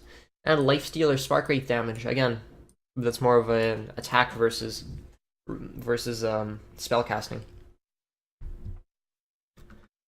And I'm not going to go through how each one of these changes affects the hero, because honestly, I don't remember what they were, what the talent trees were before. I mean, I have the wiki open, so I could check, but that's just going to take way too long. So I am not going to do that. Now, moving on to Axe. Strength or attack speed. 40 attack speed is a lot, but do you really need attack speed on Axe? I think the strength here is better. Mana regen or movement speed. Mana regen's nice, but so is movement speed, I guess. Health regen or attacks proc counter helix. What does that even mean? When you attack an enemy? Or when... Because, okay, when an enemy attacks you, when you take damage, there's a chance for counter helix to proc. Maybe that means that when an enemy attacks you, that's a guaranteed proc of counter helix, which seems incredibly good with the taunt. Against, maybe this fast attacking hero. Against someone like that, maybe the attack proc counter helix is good against fast attacking heroes. Oh hey, and there's an invisible question mark here. Rolls Helix chance on attacks. Okay, so it rolls a 20% chance on attacks. Yeah, so I think that's good against... If your opponents attack very quickly, then you're going to want to go for that. Call AoE, that's a nice synergy, and Battle Hunger DPS. I don't know, maybe that's useful if you're going Ags or something. Bane can attack Nightmare units without waking them. That's a nice change. I hope that if that should only apply to enemies, right? I think, yeah. Maybe if you were to deny an ally, you can attack them without waking them, but I think that really should apply to enemies mostly. Cast points reduced, whatever. Nightmare no longer deals damage per second, so that's unfortunate because now they can just blink out of it, can't they? I guess if they're gonna take damage, if you're gonna stun them for that long, they're gonna take a lot of damage anyway from your allies and whatnot. It's still 20 damage per second. That's over, how long is it? 5 seconds, something like that. It's quite a bit of damage actually that you're losing. Enfeeble steals damage. Wow, okay. Versus armor. Bane already has a lot of armor, so I think you might want to go for this. Cast Ranger 40% XP gain. Yeah, I don't know. That one's more XP gain, I guess, if you really want these late game talents. Cast range if you want cast range, because you do want cast range on Bane, because you know you have your nightmare or not your nightmare, your wait, I just realized nightmare isn't the ultimate. Nightmare is the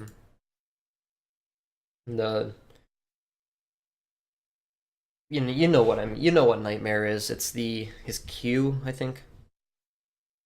Whatever. It's the one where you cast on them and then you can't attack them. And okay. Yeah, still that losing damage is unfortunate, I guess. I thought it was the Fiend's Grip that lost all its damage, and I was gonna say, well, okay, that's quite a bit. But no, a Nightmare. I don't know. I don't really play Bane. Enfeeble damage reduction. Great synergy there. Movement speed. That's quite a bit of movement speed. And plus 7 seconds Fiend's Grip duration. So okay, now if you get a Fiend's Grip off, then you better have some way of surviving, because now you are going to be focused by the enemy team. That's like what, 12 seconds now or something? That's crazy. Or plus 250 brain sap damage heal. Oh. Maybe there could be some synergy here with the enfeeble damage reduction. No, but then you don't want to, if you're gonna steal so much damage, you're not just gonna want to sit there and then channel Fiend's Grip while you have a ton of damage. I don't know. I'm not really sure where the synergy lies here, apart from these two talents. So I don't know. I'm not really gonna analyze that too much. Bat Rider, Flame Break projectile that visually flies on an arc. Okay, cool. Armor, Spell Lamp, Health or Flame Break Burn, Movement Speed or cooldown reduction, Fire Flyer, Flame Break cooldown. Bit of synergy here. And yeah, it's not a huge amount though, anywhere else. Since I'm running out of time, I'm gonna have to go through these a little bit faster. I have about 25 minutes left. Wild Axe is reworked. Wild Axe's spread distance increased. Whatever. Maybe that means both axes won't hit the same unit now. In the middle. Hit radius increased. Mana cost reduced by a lot. Damage reduced by quite a bit at low levels. Reduced by 30 at all levels, but then obviously at lower levels that has a much higher effect. Cooldown reduced, so now okay, it's a lot more spammable, it seems. Now plays a stacking debuff, amplifies by 8%, by 6 to 12% for each axe hit. Debuff lasts 10 seconds. So now after you roar them, you really want to axe them, because then... Or maybe you axe them then roar them. Anyway, okay, so it gives them with his roars, a strong lockdown, so now that provides damage amp, which lets you burst them down faster, which, you know, is good after the lockdown. Better hope they don't have that new item, though, that instantly removes crowd control after you take some damage. Primal Roar causes Beastmaster and all of his units to gain 30% movement speed. So now after you roar them, I guess you can get to them faster. Okay, whatever. I don't know, maybe if you're trying to hit them a lot with your summons or something, that's good. You are Call of the Wild, now it's now a single ability. Each lasts 60 seconds, cooldown 60, so 100% uptime. Mana cost 50 to 80. Level 1, you get 1 Boar, level 1. 2, you get Boar level 2. 3, you get Boar 3 plus a Hawk. 4, you get Boar 4, Hawk plus a random neutral. That's weird. That is very weird.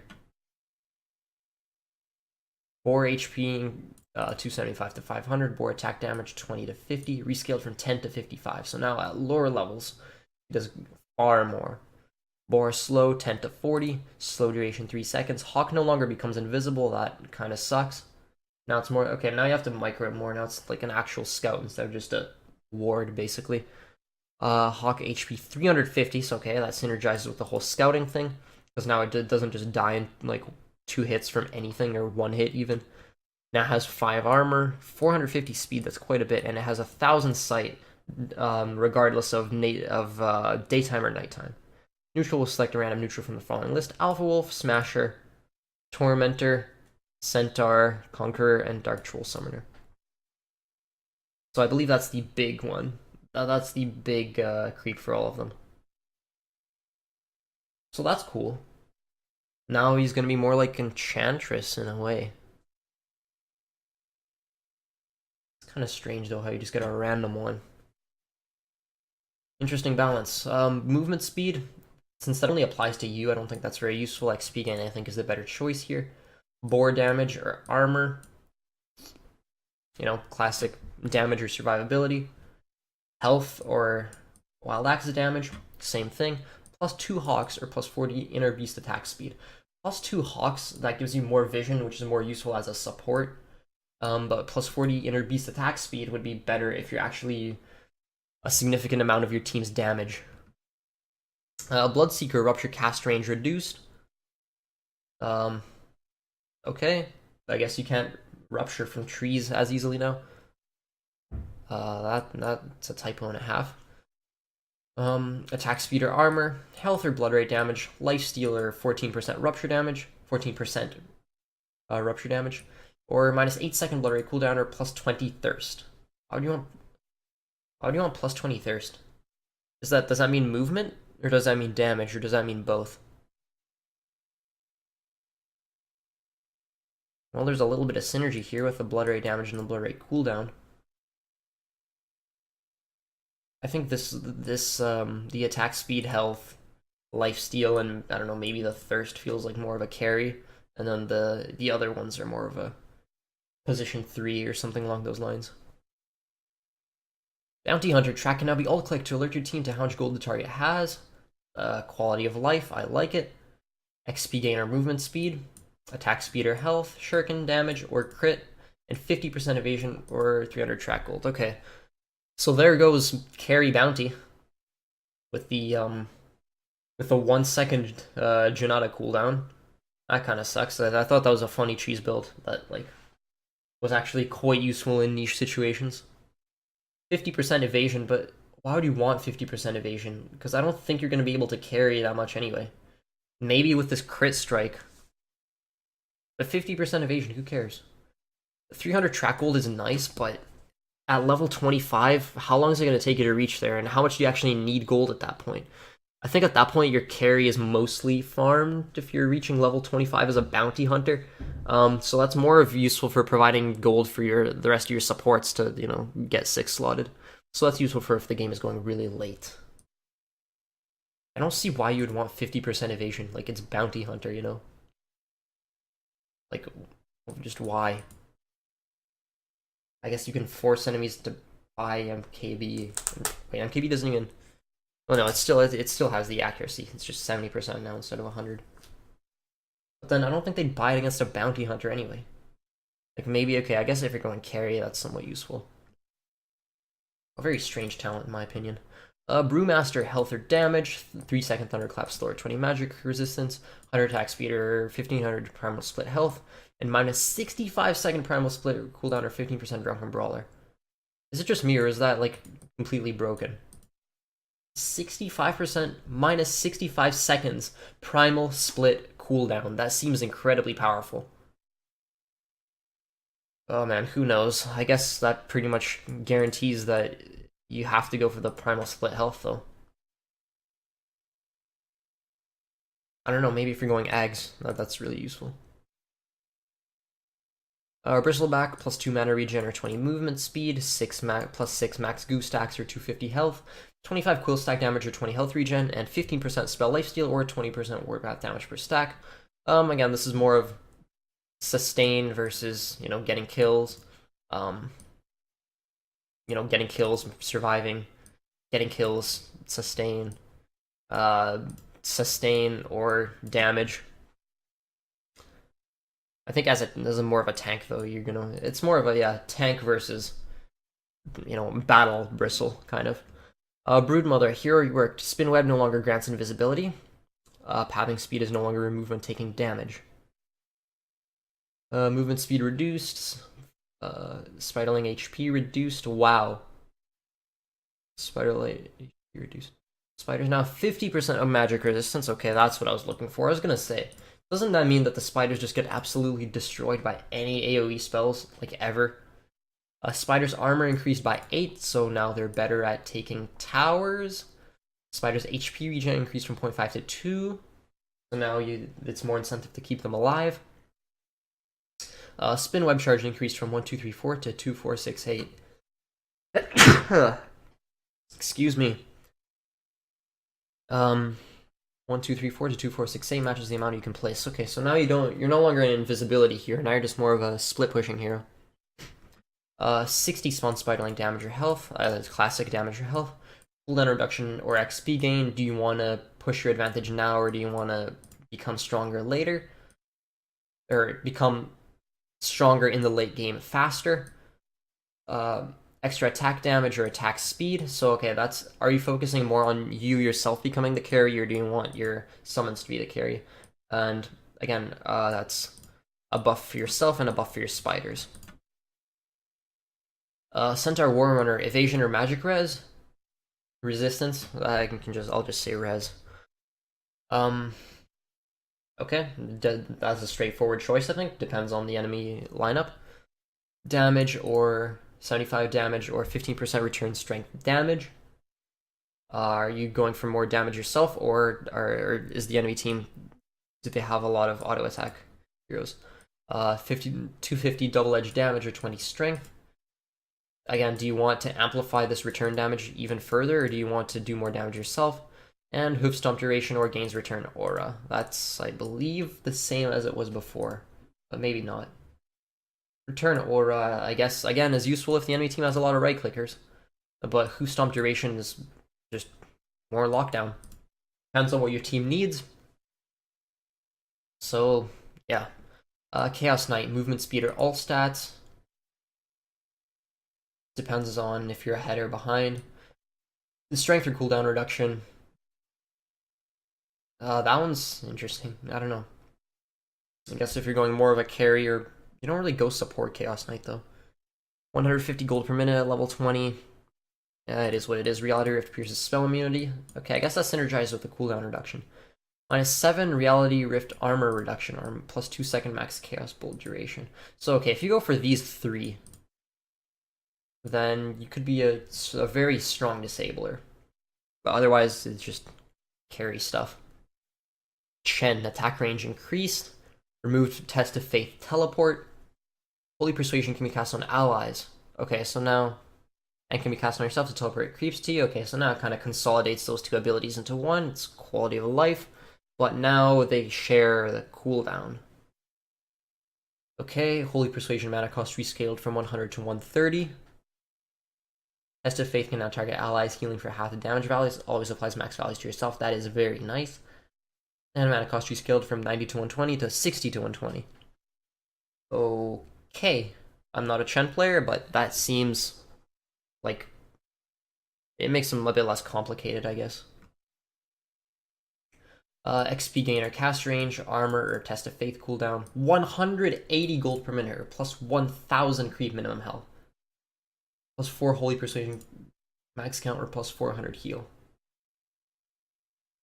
Those late ones seem extremely strong, I'm gonna be honest. So maybe that XP gain would be quite good. Clink's agility growth reduced by quite a bit, 3.3 to 2.6. Death Pact HP reduced from 50, 70, 90 to 40, 60, 80%. Death Pact damage reduced from 579% to 468%. Wow, that's a pretty big nerf. But Strafe now gives you from 80 to 260 attack speed for 3 seconds. During this time, it will be automatically dodge up to 3 projectiles, ranged attacks, or spells, stepping to the side slightly upon impact. That sounds very strange. Why would you do that? So it just like automatically pushes you to the side a little bit. It's kind of funny. Strafe ends if you lose the 3 stacks. I hope that only means hero attacks, because if you could just get hit by 3 creeps, by 3 ranged creeps, and instantly lose your damage, your attack speed, that's weird. Magic resistance or armor, depends on the enemy lineup. Evasion or damage, survivability or kill potential, attack range or health regen, more sustained damage versus sustained health. Plus 4 seconds strafe stacks duration. Okay. Plus 4 seconds strafe stacks duration. Does that increase the number of stacks to 7? Because that'd be useful. Kind of like Templar Assassin's refraction in a way. Or Searing Arrows multi-shot. Fire Searing Arrows on a random nearby target. That seems quite gimmicky, I'm gonna be honest. Clockwork. 25 movement speed or 5 armor. Strength or battery assault damage, magic resistance, or rocket flare damage. And battery assault, less battery assault interval, or rocket flare true strike affects wards as well. Or true sight, not true strike. Affects wards as well. These changes, it's just your classic survivability or damage, and whether you're more of a support or more of like an offlaner. Crystal Maiden, strength or cast range. I mean health and cast range, not strength. 14% mana cost, mana loss reduction, aura for gold per minute. So that'd be interesting for a magic-based team. You could really help them support that. I wonder how big the aura is though. Damage or attack speed, 250 attack speed. Excuse me. 250 attack speed on Crystal Maiden. How much is a Hyperstone? I mean, a Moon Shard?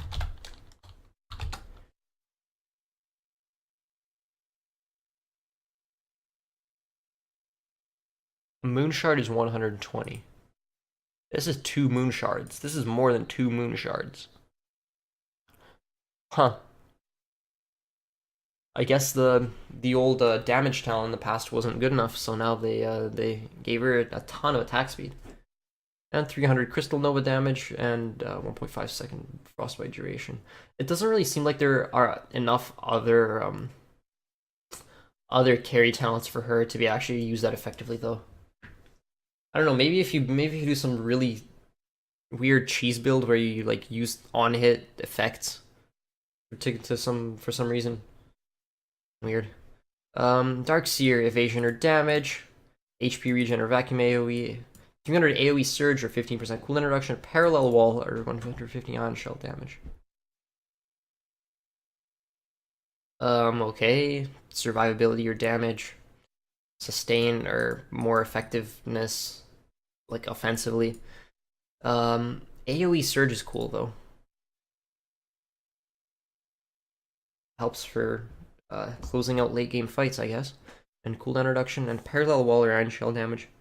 I wonder if a parallel wall can create, if you can have an illusion from both walls. If yes, that seems very strong. If not, that seems quite weak. And 150 ion shell damage for pushing. Dazzle, a reworked poison touch. Targets a unit and releases a poison that splashes on nearby targets like other shock targeting. Applies a DPS and slow to the targeted enemies. Anytime a poison target is attacked, the debuff duration gets refreshed. Deals 10 to 40 DPS and slows for 14 to 20%. Lasts 4 to 7 seconds. Affects 4 to 7 targets. And cooldown 35 to 20. Mana cost is a flat 80 and a cast range of 600 to 900. And of course, since it's Dazzle, the damage type is physical. Gets refreshed by the same target rules as Blink. Player control units and Roche. So it's like, oh, what was that one hero? Yeah, I'm blanking on who it was, but that just reminds me of some hero having like a refresh thing. Anyway, talents: damage or health, cast range or shadow wave, heal damage, movement speed or poison touch or DPS, shadow wave cooldown, or minus 0.5 weave armor per second. To be honest, I don't really have much to say about these talents, so maybe I'm just gonna skip through the talents and then just look at the changes, because I don't remember what the talents were before. And to be honest, I don't have the game knowledge to be able to analyze it properly anyway. So from now on, I'm just gonna be looking at the changes. So nothing for these heroes.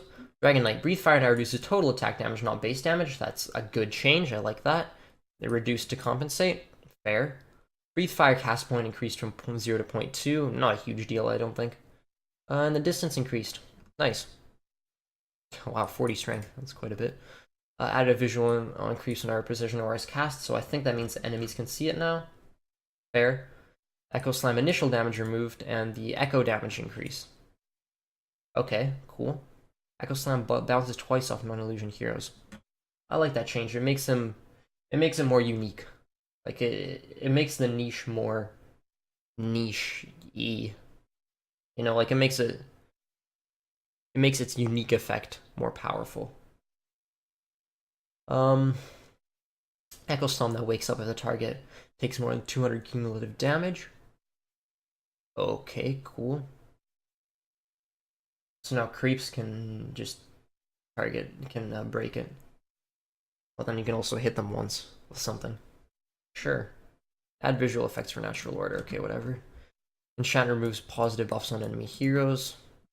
Yeah, it seems like it should have done that in the past. I actually didn't realize that it didn't. I thought it did. Gyrocopter removed homing missile cast point, so now it's instant. Homing missile will find a new target if its primary target dies, prioritizes heroes. A fun change. Homing missile speed increased. Launch delay increased. That is a fixed amount of damage. And the hits to destroy gets reduced. I think that'd be quite interesting with the homing missile charge, with the +3 homing missile charges. Be quite funny, actually. You just cast them all at once, and then just completely unload on the enemy team as they land. I think that'd be interesting. IO, relocate cooldown increased, and max spirits range reduced. That's just a nerf. Jakiro, let's see. Cast point reduced and cast point reduced. Moving in the right direction. Juggernaut is no longer silenced while using Blade Fury. Still cannot cast Omni Slash, can cast Ward. Don't think that's a huge deal, but I guess if you're escaping, then that's useful, maybe. I don't know, does Ward have a cast point? If not, then that'd be good, but if it has a cast point, then I don't think that's a huge improvement. Keeper of the Light, mana leak range, cast range reduced. Oh, thank God. Yeah, that's just less annoying. Kunkka is no longer restricted from using Quelling Blade. Was he ever? Okay. Lich, Chain Frost is now reflected on initial projectile impact rather than on cast time. Ice Armor slow rescaled. Wow, okay. People are saying he's going to get nerfed a lot, but that doesn't seem like a huge nerf. And just looking over the talents quickly, it doesn't seem like a huge nerf either.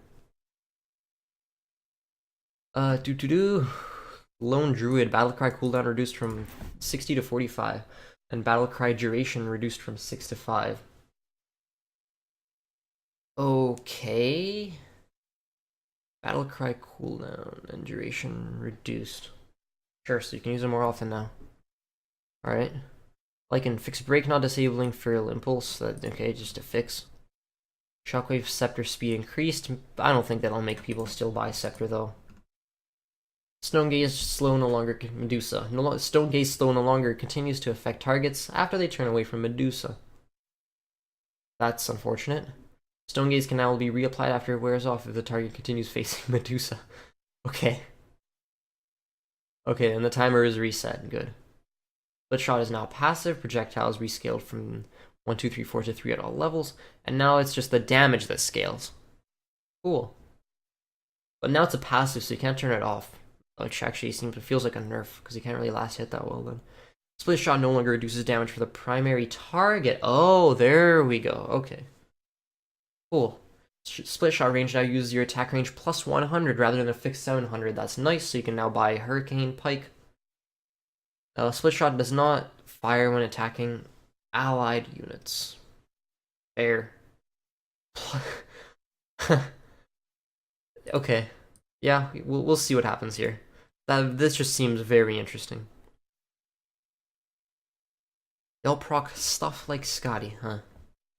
Okay, Mirana, reworked Leap now has 3 charges. Leap's distance of 255 or 550 per charge grants you movement attack speed for 2 seconds.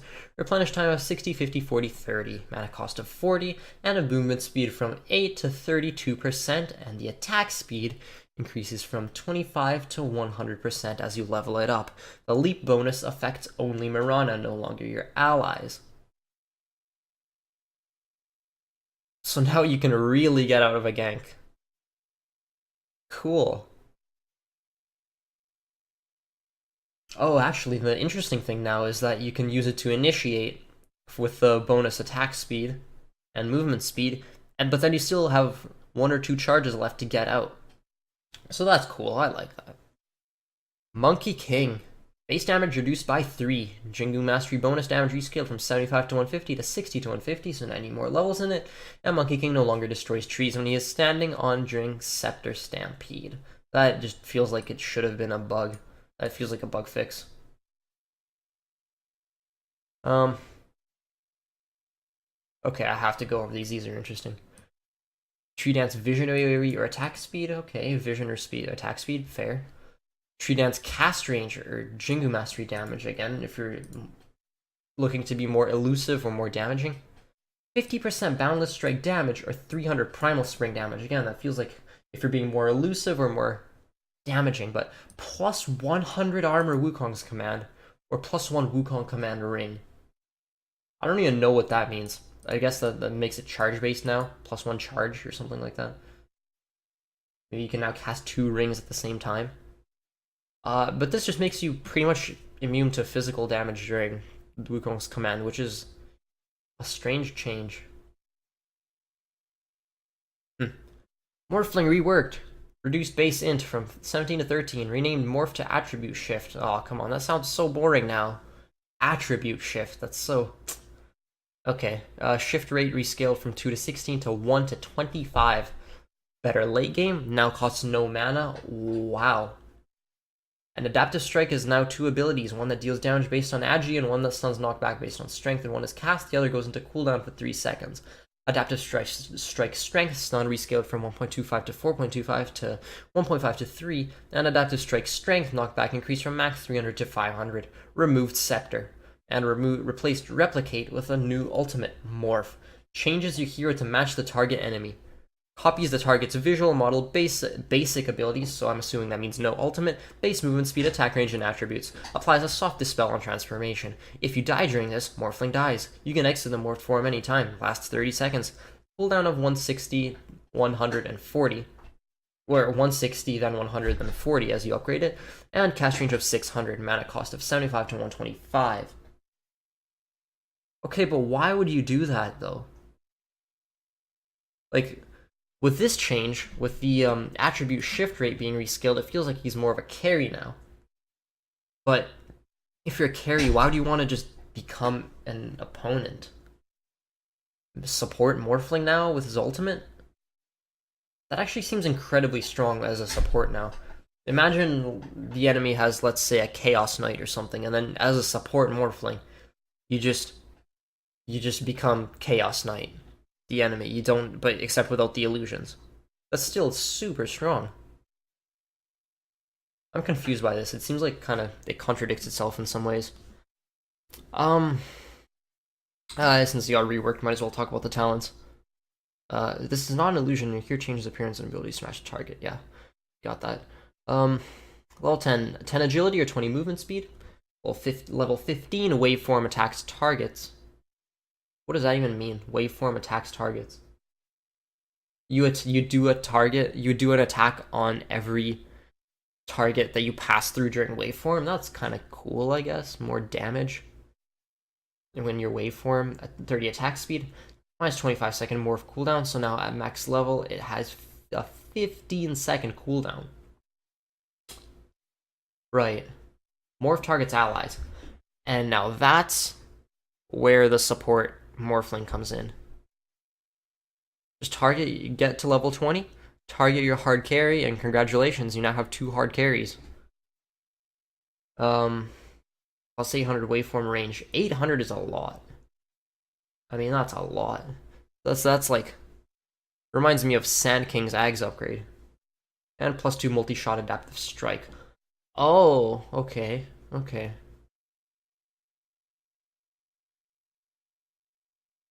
So you can just, if you go shotgun, you can just almost nuke down 3 enemies at once, huh? But it's level 25, so it's actually not that big. Oh, but adaptive strike you now stuns as well, because it has the separate ability now. So now you have a 3-target, 3-second stun. Huh. Weird. I wonder if it prioritizes heroes. Probably not.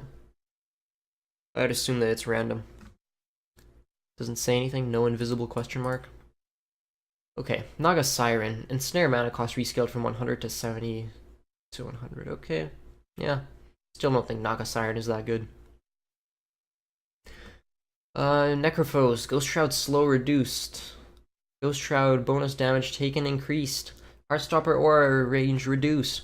Heartstopper aura rescaled. To be slightly more at higher levels, but slightly lower at lower levels. Reaper Scythe cooldown increased, and Reaper Scythe mana cost increased. So yeah, we were expecting a nerf. That's a pretty big nerf. Is it though? I mean, we'll have to see how that interacts with the HP changes. HP regen changes. And mana as well, actually. Night Stalker. Daytime vision reduced. Wow, okay. It fits him, you know, thematically. Nyx Assassin. Spike Carapace damage return mechanics now work like a blade mail. Still returns only once per enemy. Does not stun the spell immune. What does it mean by now work like a blade mail? I don't even know what that's supposed to mean. Weird. Okay. Omni Knight. Guardian Angel cast point reduced. Okay, whatever. Who cares? False Promise visual effects now show if the hero will die or not. Now there's interesting. Now that's an interesting idea. It doesn't show how much health they have. It just shows if they'll die or not. Okay. Cool. All these other changes. I'm just reading over these. False Promise invisibility. Okay, whatever. A huge Fate Seeded cooldown is nice. OD 60-second Arcane Orb in Steel and Spell Life Steal. +2 Sanity's Eclipse multiplier. So now if you stack up a ton of int with this, that seems like could be a great synergy.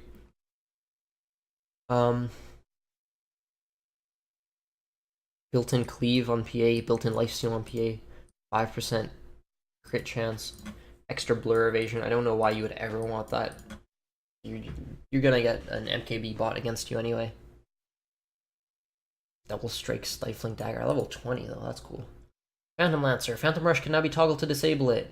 Good. Finally. It's still not castable, I believe, but okay, whatever. Doppelganger now adds 2 seconds duration to all your illusions. Even your juxtaposed illusions. Nice. Good stuff. Evasion, Spirit Lance damage, whatever. Max juxtaposed illusion, that's nice. Phantom Rush range, that's pretty nice. Doppelganger cooldown, especially with the extra 2-second duration. I feel like that could be good. And 30% crit chance for 2 times. Okay. Phoenix, Supernova Stun. Oh, okay, so this got reworked. 1400, I assume that means range. 1400 Icarus dive range. That's actually massive. That is like crazy. I mean, seriously, what is that now? Like, I think it's currently around around 1,000. Maybe no, I think it's more. I think it's like 1,200. So now it's like 2,600. That is huge. You can dive like almost halfway across the map. +3 supernova hit count or +2% max health sun ray damage. It's nice that these are separate now. Because okay, before it was a very straightforward choice, but now I actually have to think about it. Puck Dream Coil no longer deals damage on cast. That sucks. Now you can just blink out of it, and okay, he'll get stunned, but if you blink to high ground or something, then it doesn't really matter. Dream Coil Link break damage increased. Okay, and there we go. There's the compensation for that. Armor, int, damage, amp, waning rift cooldown, extra illusory orb speed, 420 GPM. Dream Coil Rapid Fire. Attacks everyone once per 0.6 seconds within attack range. So, okay, if I understand this correctly, once you cast Dream Coil, you just automatically attack everyone within your attack range super fast. What? That seems very, very cheesy. Okay, we'll see. I mean, to be honest, a lot of Puck's talents, especially the level 25 ones, were cheesy before too, but Pudge, Miho can now pull the runes back to you. Mana cost is refunded if successful. This member now pulls the target closer to Pudge. That's just funny. You can now pull runes. So now you can just, at minute 0. Oh no, but then those are bounty runes now, you don't get the power-up runes. So now if you just roam around, and then at the 2-minute mark just launch a hook, doesn't matter what happens, it's still a good outcome for you if you launch it at the rune, whether or not there's an enemy there. 2 flesh heap stacked in strength. So that is retroactive, so it applies to your current stacks, okay. Because I believe it's 2 strength, +2 strength per stack. Pugna, life drain range reduced by 100. That's unfortunate, and Decrep can target Tombstone. Finally. Wait, Tombstone? You mean Undying's Tombstone? That sounds like a funny combination. Pugna and Undying. Okay, whatever. Anyway, moving on. Scream of Pain, 1.5 second fear. That's interesting. AoE Shadow Strike. That's cool. 20-second spell block. Also seems pretty cool. I don't know what that means. Whether it's block 1 spell every 20 seconds or like activate it to block spells for 20 seconds. But whatever it is, that seems interesting. Razor, base movement speed reduced by 5. Reworked Unstable Current. Passive. 4 to 16% movement speed bonus, like before. Every 5 seconds, a random enemy within 350 AoE will be shocked, taking 100 to 190 damage and getting purged. 40% slow for 0.5 to 2 seconds, dispels positive buffs. So, okay. So now you have less movement speed, but now you also have a huge tool to keep enemies close to you. It makes Razor more like Razor. You know, it just fits his playstyle even more. -3 second interval. Now every 2 seconds. So now, okay, so with this talent, you have a permanent slow. Not a permanent, 100% uptime slow. And that constantly dispels. Pretty much, wow. Ricky, base movement speed reduced by 5. Enemies, units, and smokescreen have no vision. That's quite funny. Backstab damage can now be used in procs like Critical Strike and Cleave. Huh. Backstab damage reduced. Okay, yeah. That's what I thought. Cloak and Dagger doesn't reveal. No actions take you out of invisibility can still be reduced by True Sight.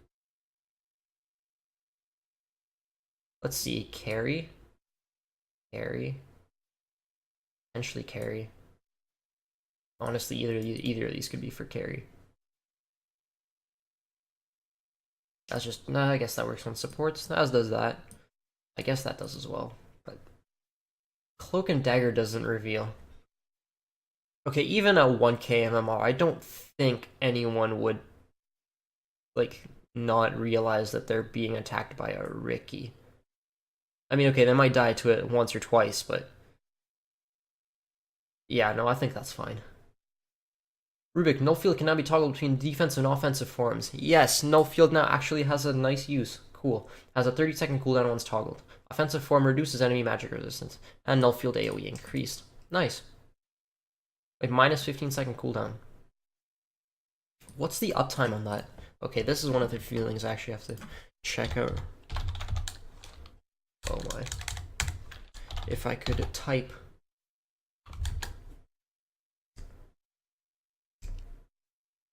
Hello, Gamepedia. Heroes.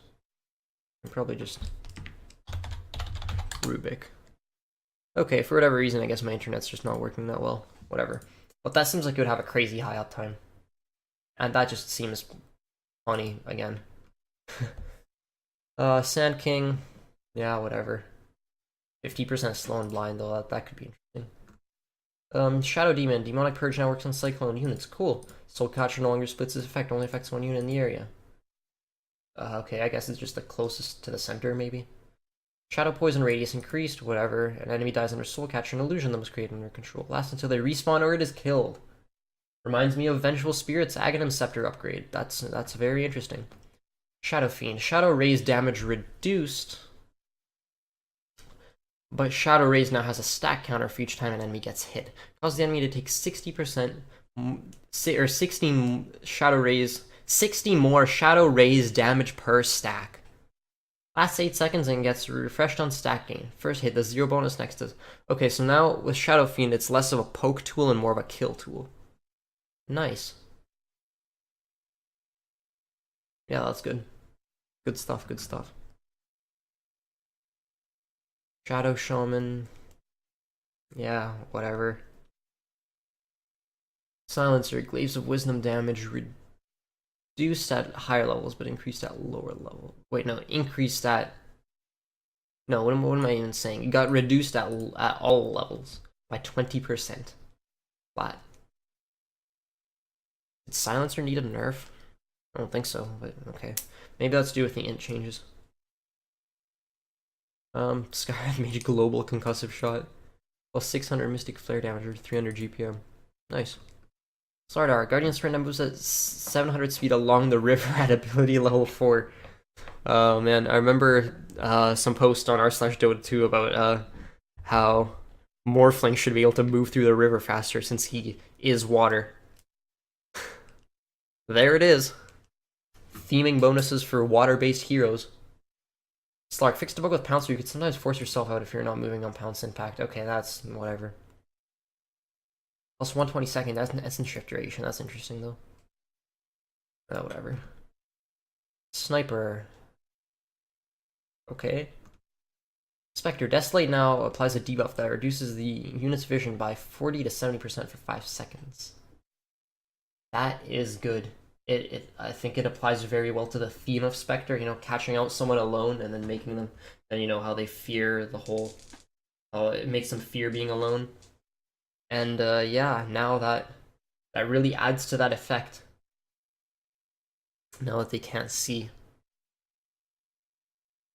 Spirit Breaker. Charge of Darkness no longer goes into cooldown when you die. Does that matter? Spirit Breaker base HP regen reduced by 1. Unfortunate. And greater bash damage rescaled to be mostly less. Plus 25% greater bash chance, though. That's certainly something.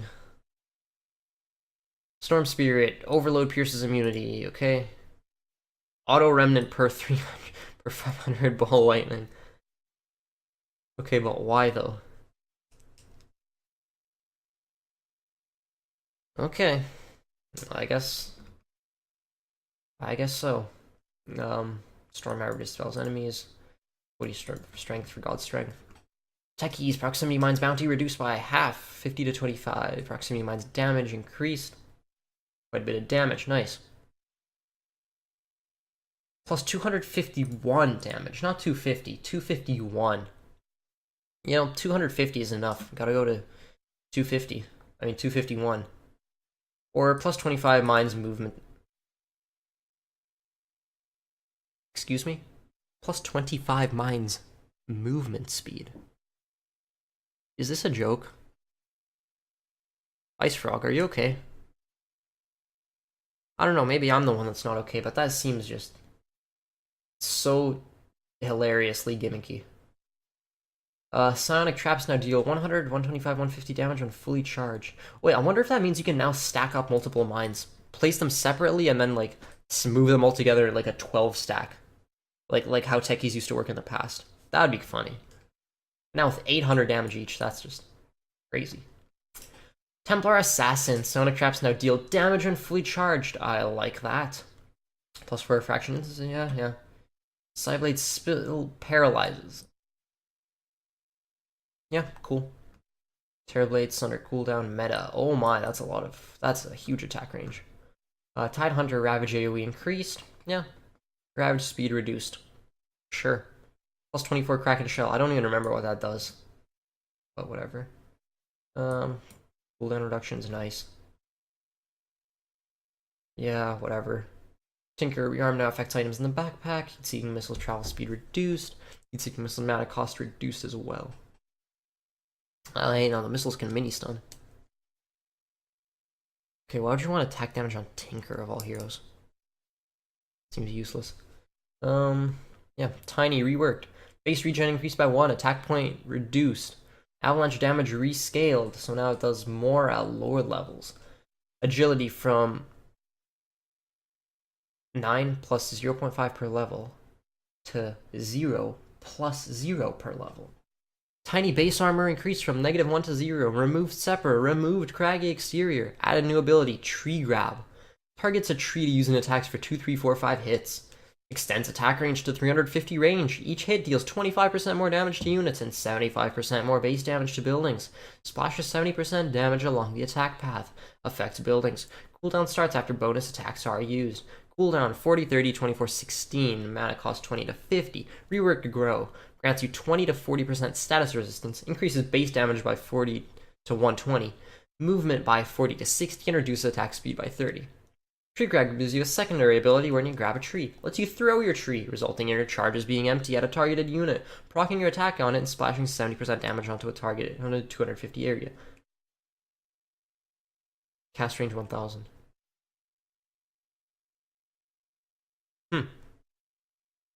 No, he has 0. He just straight up has 0 agility. I don't know what to think of that. I honestly don't. Okay, moving on. Yeah, blah blah blah. Oh yeah, that's kind of cool. Trees always respawn in 3 seconds. That's funny. Troll Warlord. Whirling Axe's ability icons always visible on the UI, but disabled when unavailable due to melee range form. Whirling Axe's range cooldown is reduced. Whirling Axe's range slow reduced. Whirling Axe's range slow amount increased. What? Slow reduced, but slow amount increased. Oh, okay, that's duration into amount. Melee cooldown reduced for Whirling Axes and melee blind duration rescaled. 5 at all levels.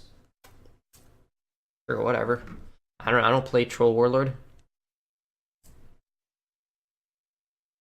Tusk. 12% chance Walrus Punch. Does that mean you just passively have a chance to Walrus Punch someone? Because that's hilarious. And especially with this crit. That's actually hilarious. This guy is like Phantom Assassin now. With a 12% chance to do I believe it's 450% damage crit now. That's like actually Phantom Assassin's ultimate now. That's funny. And it also stuns. And you can also cast it. It's amazing. 25% Firestorm building damage, yeah, whatever. 30 health regen, that's quite a lot of health regen, and the root, okay. Undying, Tombstone duration rescaled from 15 to 30 to 30 at all levels. Tombstone AoE rescaled from 600 to 1200 to 1200 at all levels. Tombstone spawn rate rescaled from 3 to 4.5, or from 3 to 4.5 to 3. Tombstone cooldown rescaled from 70 to 85 to 70. Reduced Tombstone zombie collision size. Decay mana cost rescaled from 70 to 130 to 70 to 115. Decay damage from 20 to 140 to 2110, so that got reduced. These are interesting. I have to admit, this patch, I really like these talents. 8 health regen, Tombstone on death, plus 20 decay duration, extra zombie damage, Tombstone attacks, yeah, whatever. Gains reincarnation, 200 CD. Wow. Yeah, whatever. Vengeful Spirit, Wave of Terror, Vision AoE reduced from 500 to 300, same as impact radius. Wave of Terror cooldown reduced from 22 to 16 to 10. Wave of Terror debuff duration reduced from 15 to 8. Scepter illusion damage increased from 50% to 100%. Vengeance aura AoE increased from 900 to 1200. Vengeance aura no longer applied to enemies when you die. Whenever an allied hero dies under your damage aura, an illusion of that hero will be created, attacking the enemy that killed him for 7 seconds. Illusions deal 100% damage. Illusions are ghosts, not targetable, and they're visible, known to the enemy.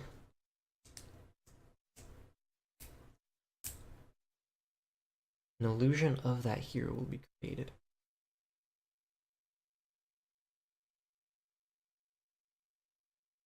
What if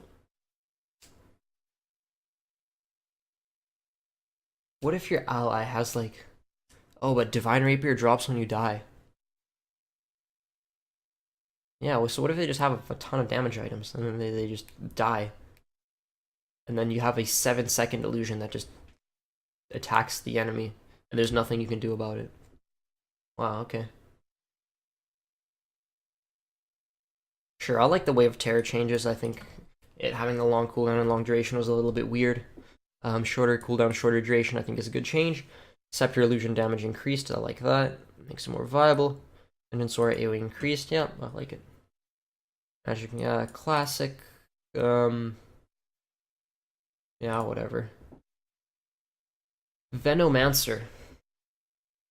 Base movement speed reduced by 5. Base damaging reduced by 3. Venomous Gale can now be dispelled. So, nerfs all around. Cool. Viper reworked. It's a lot of changes. Base movement speed reduced by 5. Base armor reduced by 1. Corrosive Skin no longer slows movement speed. Corrosive Skin damage increased from 10 to 25 to 8 to 32. Corrosive Skin attack slow rescaled from 10 to 25 to 8 to 32. Reworked Poison Attack. Slows the target and deals damage based on how much health the target is missing. Movement speed attack speed slow. 25 to 40%. DPS 0.25 to 1 times the missing health percentage. So at max level, 50% missing health would be 50 DPS, 90% missing health would be 90 DPS. Cool. So now it's not as good at last hitting, but it's more useful against heroes, I believe. Yeah, sure. Rework Nether Toxin. Oh, duration of 3 and cooldown of 0 at max level. Okay, so it has a cooldown. Nice. Rework Nether Toxin releases poison into the target area, deals damage over time, reduces magic resistance, and applies a break, which disables passive abilities to those standing in the area. Has an AoE of 300, DPS of 20 to 50, and reduces magic resistance by 10 to 25%, and applies break. Duration of 8, cooldown of 5, mana cost of 75, and a cast range of 900, with a projectile speed of 2000.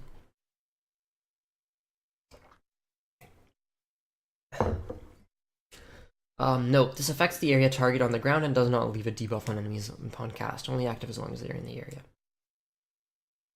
So deals damage over time, reduces magic resistance, and applies break. So does this deal magic damage? I think that deals magic damage. Interesting, so now you can kind of deny an area to your enemies. Poison attack affects buildings. So now, okay, you can do a lot of DPS to buildings now. Plus 100 Viper Strike DPS, yeah, that's his ultimate. Extra damage and Nether Toxin silences. Okay. Sure. Now, yeah, you have an area silence. Yeah, it's nice that now he's more versatile as a hero.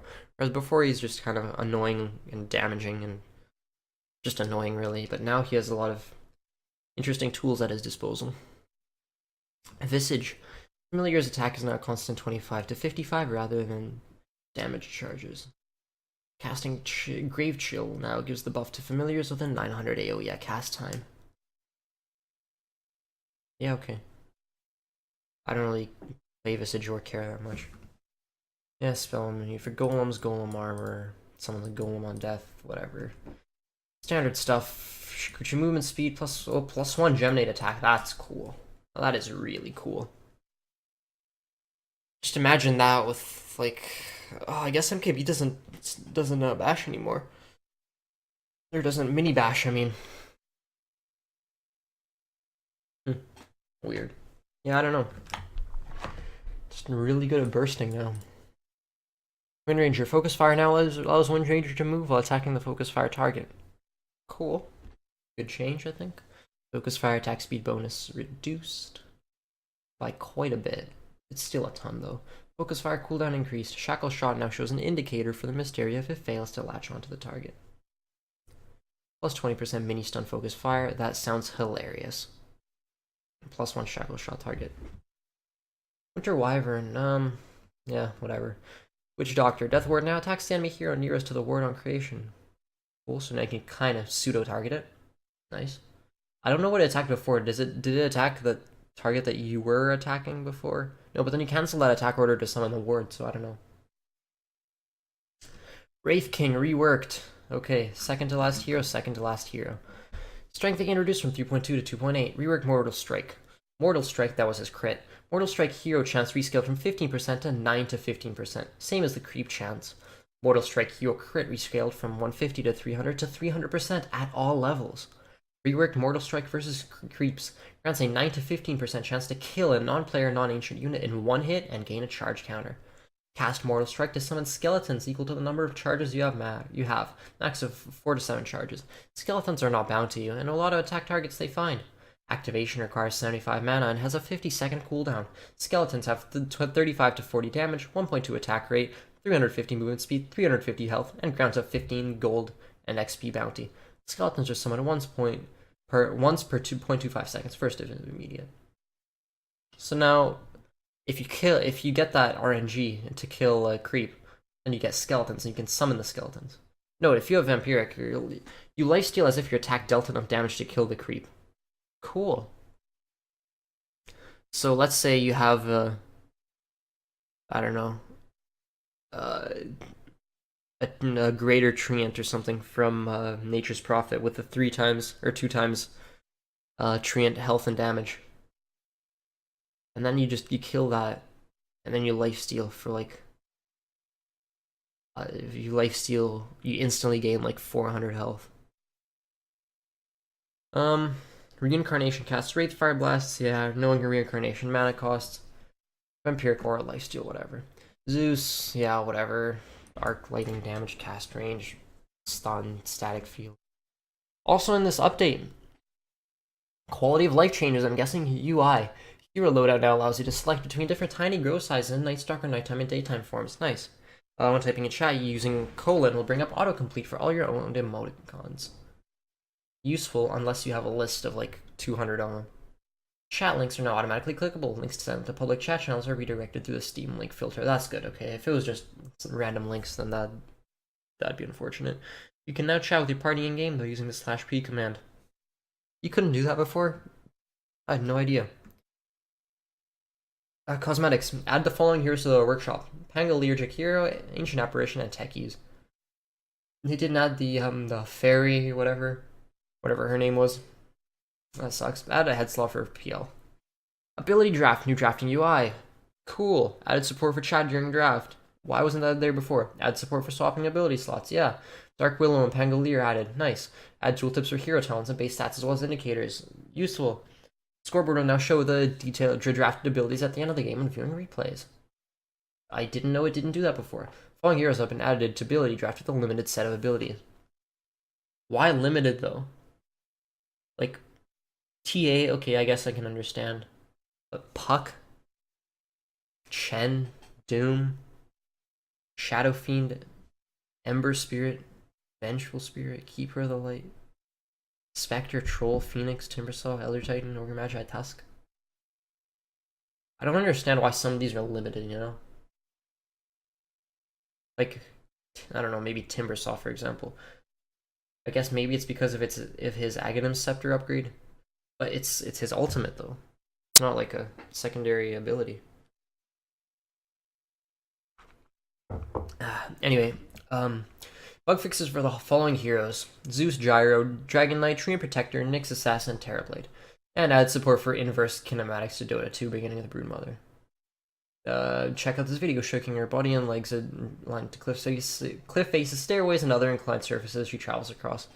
Now, it's been 2 hours, I can't even talk anymore. Let's see, is this gonna load? Oh yeah, there's no way. If even the pictures aren't gonna load, then I don't think the video's gonna load. So, anyway, I guess that's it for this update. Thank you so much for watching. And hopefully I'll see you next time whenever there's a major update. I don't know if I'll cover the small balance changes anymore, just because, you know, I'm kind of busy. But thanks for watching, and hopefully I will see you next time.